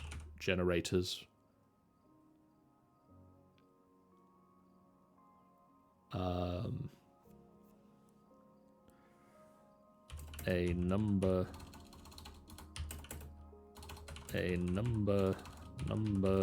of settlements appeared during this time, starting as encampments for the warriors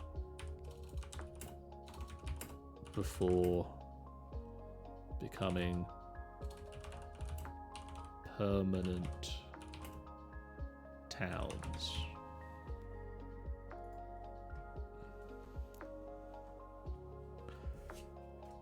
Sean.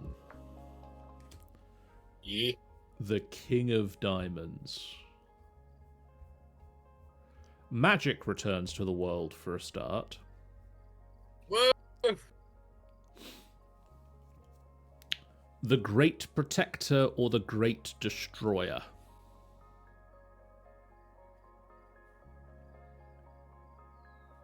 Oh. Choose one. Oh, fucking hell.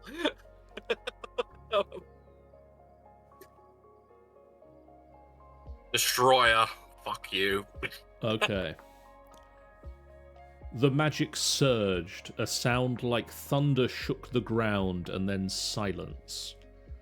Select a settlement or inhabited region.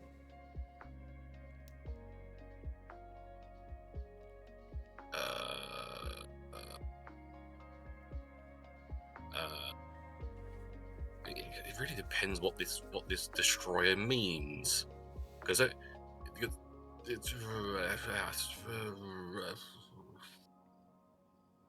an inhabited region. Yes. So it could be the Boreas Fields. don't want to hurt the Boreas Fields. They're my dudes, my good time boys, my soldiers.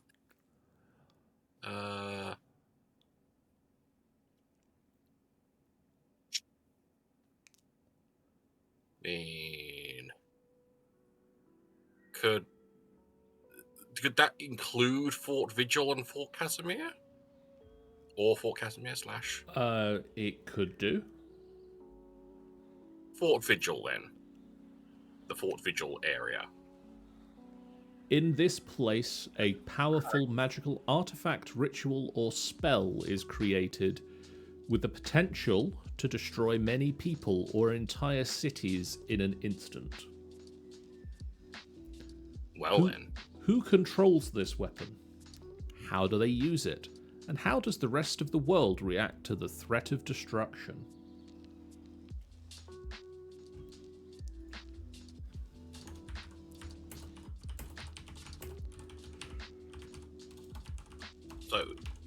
So what were the questions first again? of all, Sorry. is this an artifact, ritual, or spell? Artifact.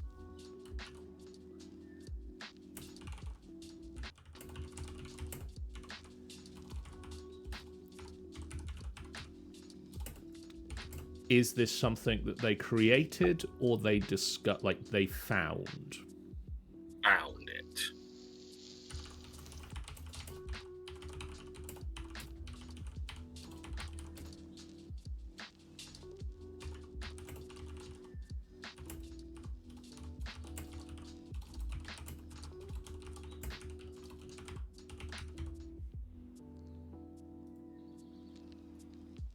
Who controls it?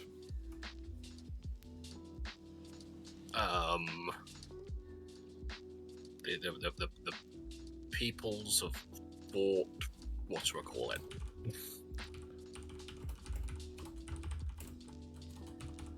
The soldiers of Fort Vigil have it under control at the moment. Yes. Do they use it? No. So the way I'm seeing it is they found it. They know what they've investigated and they know what it's capable of. Okay. And because obviously they're the ones like really close to the Temple of Gygaxian, it's probably an artifact that was From there. made by that or from there. And so they are just holding it to possibly find a way of using it for good. Like to defeat the enemies of the people. Okay. But mostly they are just keeping it until they know how to safely use it for good. They're trying to use it for good. If they use it. They might not. They might just keep it locked away forever.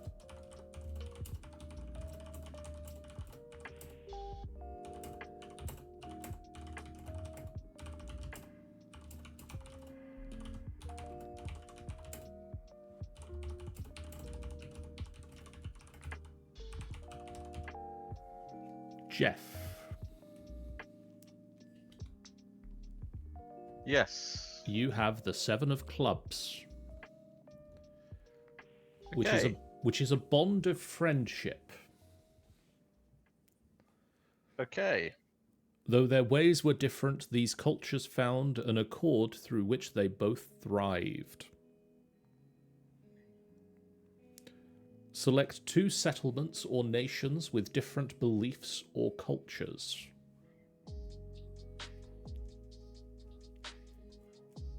Staros and Honeywell. No, Cragcliff and Honeywell. Just for the laughs. An alliance is formed between Radcliffe and these 2 Honeywell. people.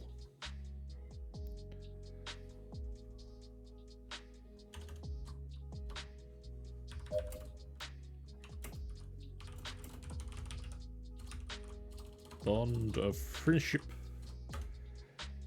Bond of Frisian. alliance is formed between Crag, Cliff, and Honeywell.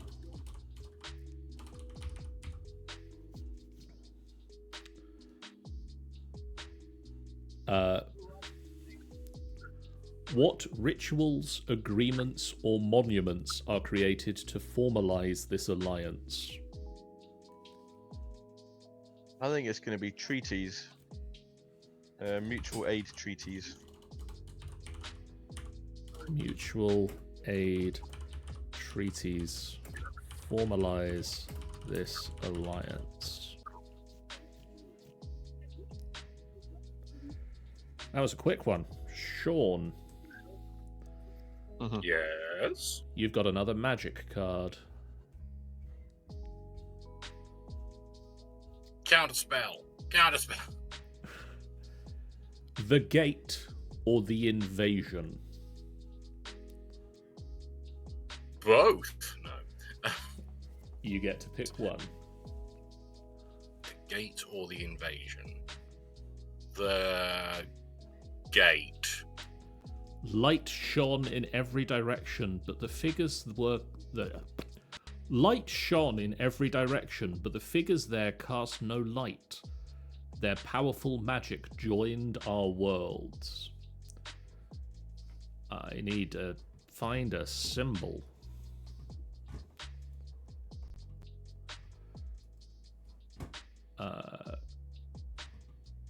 We haven't used a star yet, so... Pick a point on the map. Anywhere. I think near the mountains at the top right. Like along. About there. No, back of it. Back of it. No. Got lag on the stream. Long, a bit more. And a bit further north as well. Bit further north. Bit north, a bit more north. Bit more north. There. There. There. Here exists a portal to another world.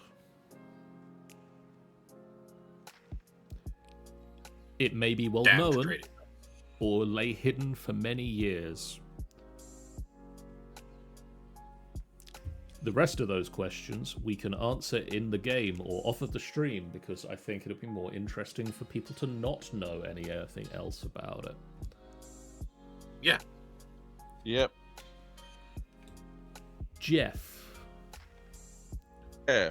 the 9 of diamonds. I'm close. Thunder on the horizon. The invading hordes cut a path through the world, claiming everywhere their armies encountered. Select an inhabited region without any settlements. Settlement in every single region. There really is. There it is. You may add a I'm settlement. gonna say the left half of the desert,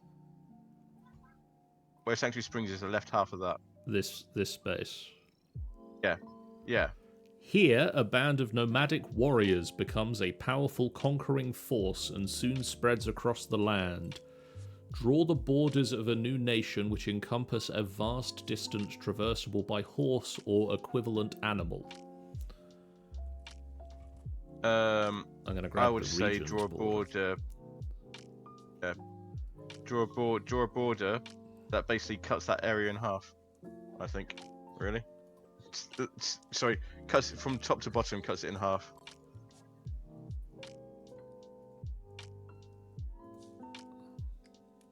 So like that. I think so. Yeah. You may add a settlement a central court or a fortress where the Horde's leaders are based. It's gonna be a fortress right in the.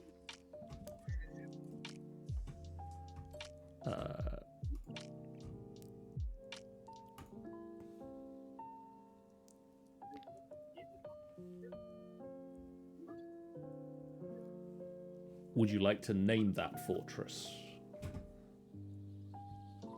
Solitude. I might just send this in a chat actually. I'm gonna do it on the stream chat, I think. Okay.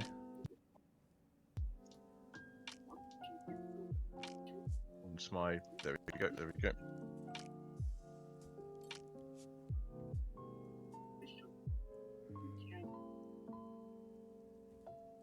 Taradim.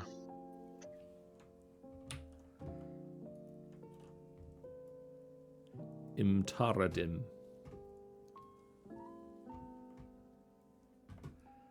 Alright, let me...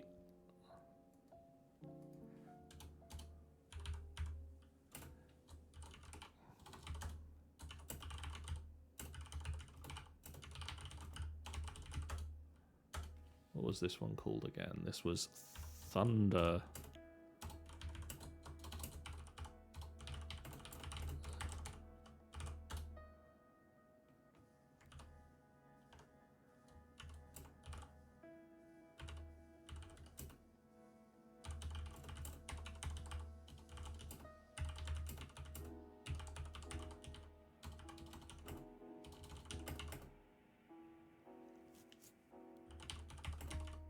A large swathe of the western section of Urium, building a fortress at the center called Emtaradim.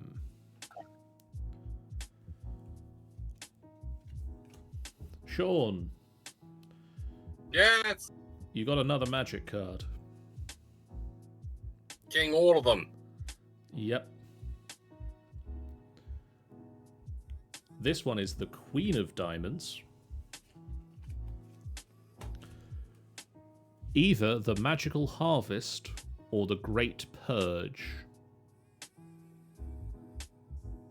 The magical harvest. Here's the map again. Say. Randomly mark a point on the map. A little bit to the southeast of the lake. South. That was formerly known as Siren's Harbor.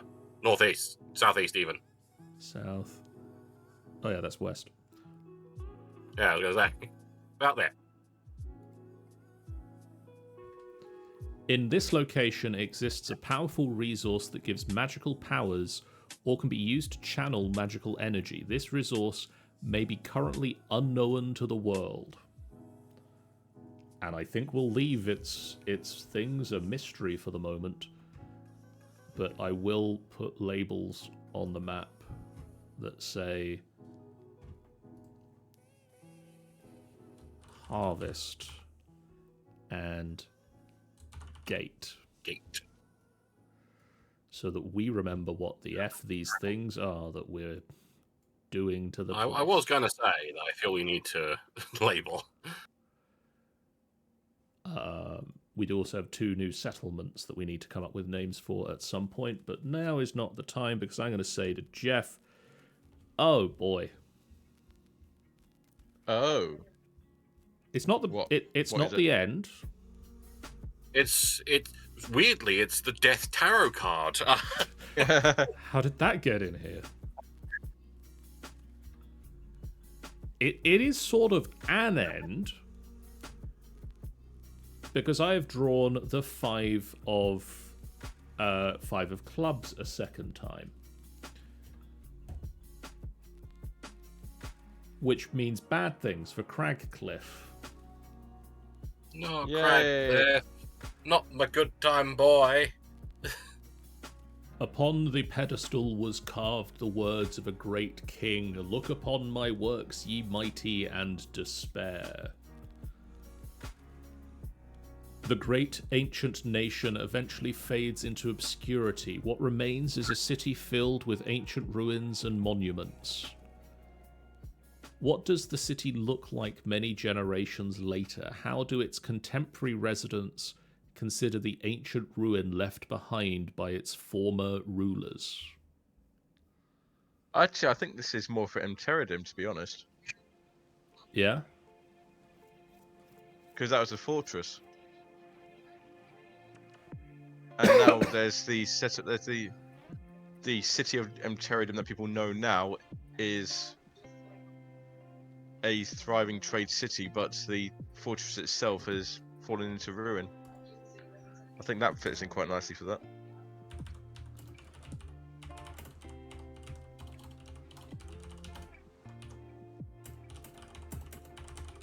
A thriving trade town. The fortress at its heart has fallen into disrepair.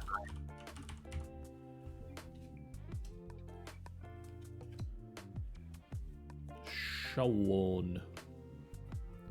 What is it now, John? We'll do a few more. A new pantheon. Oh God! all that time we took making a current pantheon. Choose a random settlement.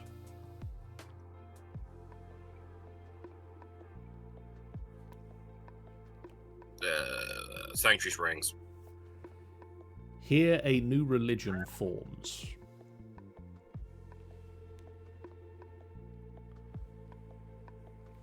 Cool.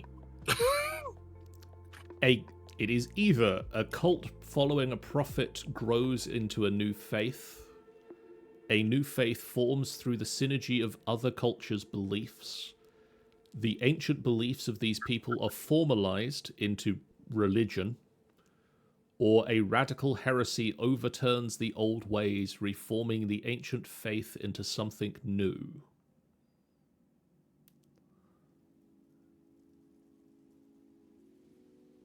What? So it's either a cult following a prophet grows into a new faith. A new faith forms through the synergy of other cultures' beliefs. An ancient belief is formalized into religion. Or a radical heresy overturns the old ways. Choose one. The ancient religion. The ancient beliefs are formalized into religion. Yes. Describe the structure of this faith.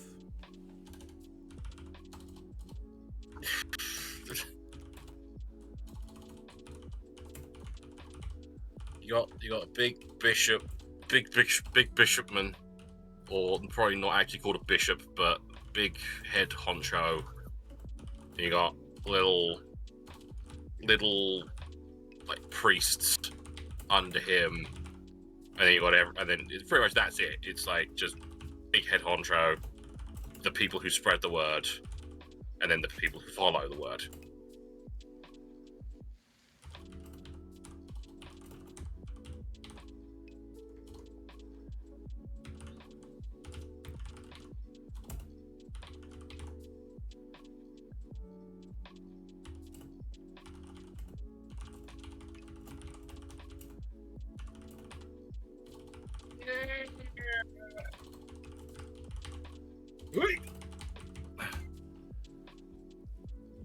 Okay.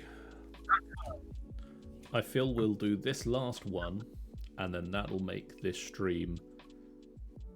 And at some point in these last 6 cards would be the one that says it's the end times now. But we'll just stop after this. which is the Jack of Diamonds, Geoff. You get a magic card to choose. Hey. I have to scroll a long way for this one, so let's just do some vamping for a few little bit. Words of power. Words of power or dark runes.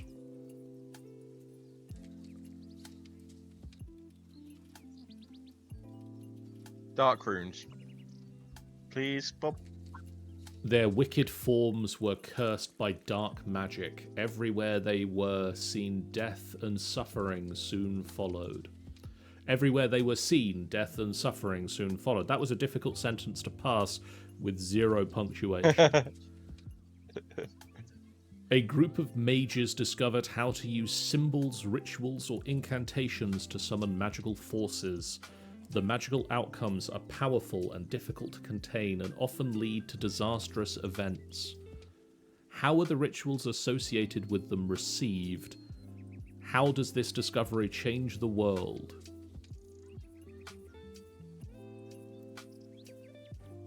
Can you run through the questions again, please? We'll go through stage by stage. Okay, 1 second.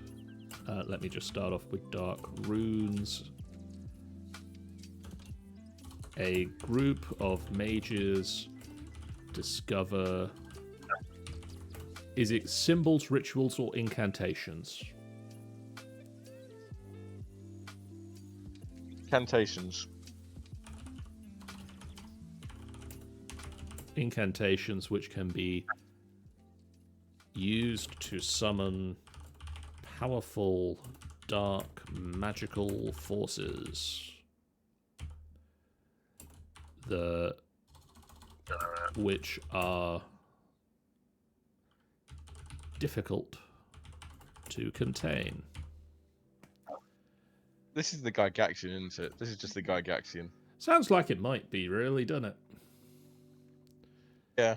How are the rituals associated with them? How are the rituals received?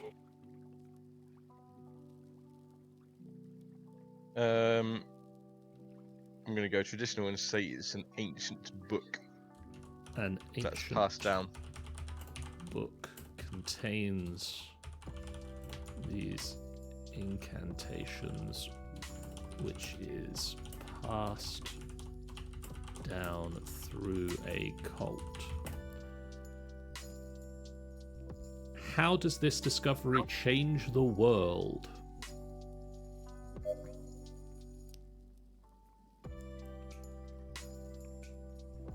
It's, well, there's now a secret society wanting to summon the Gygaxian, I would imagine.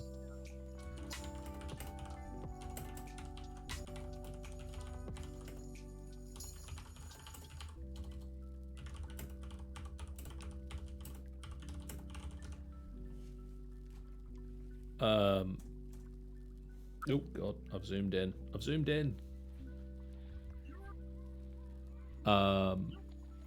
You may randomly select a settlement. This is where the discovery was made. It becomes plagued by dark magical forces. To the map, please. I think we've got the answer right there, really. The temple. Yep.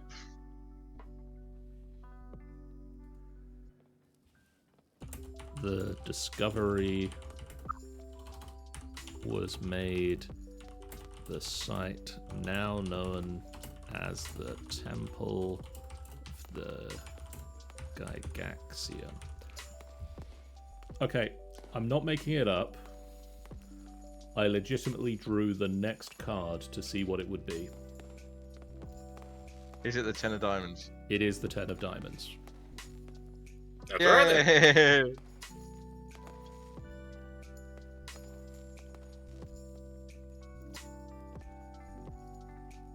Nip, snip.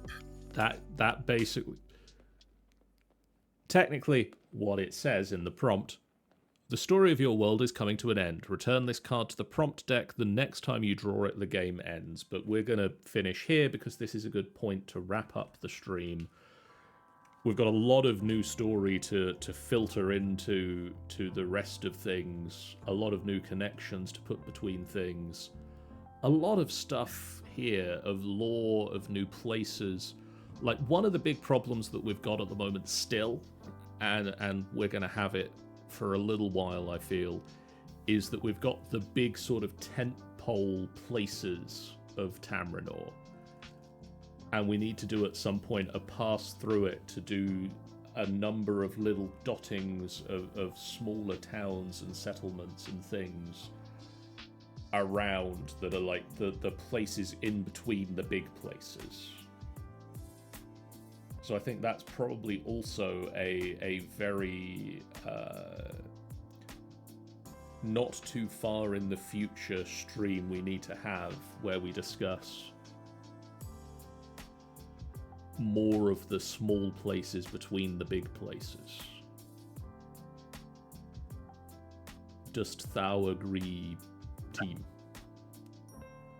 I think so, yes. I think we definitely need more to fill out some more settlements, if not at this scale, but at least have more settlements in the area that we can talk about. But I feel that this is a good place to call it to a close for tonight. I'm still working on the internet problems. I literally, I'm not sure what else I can do at this point, but I'm going to keep trying because it should not be dying as much as it is, and it says it's fluctuating between 1 and 2 stars on the 1 and 2 bars on the Wi-Fi signal. The Wi-Fi signal should be coming from the other side of the wall. It should not be this hard to get Wi-Fi signal in here unless somebody has secretly put a like locked the signal to this room somehow. But I'm going to say thank you guys in the chat if you're there so much for hanging out with us.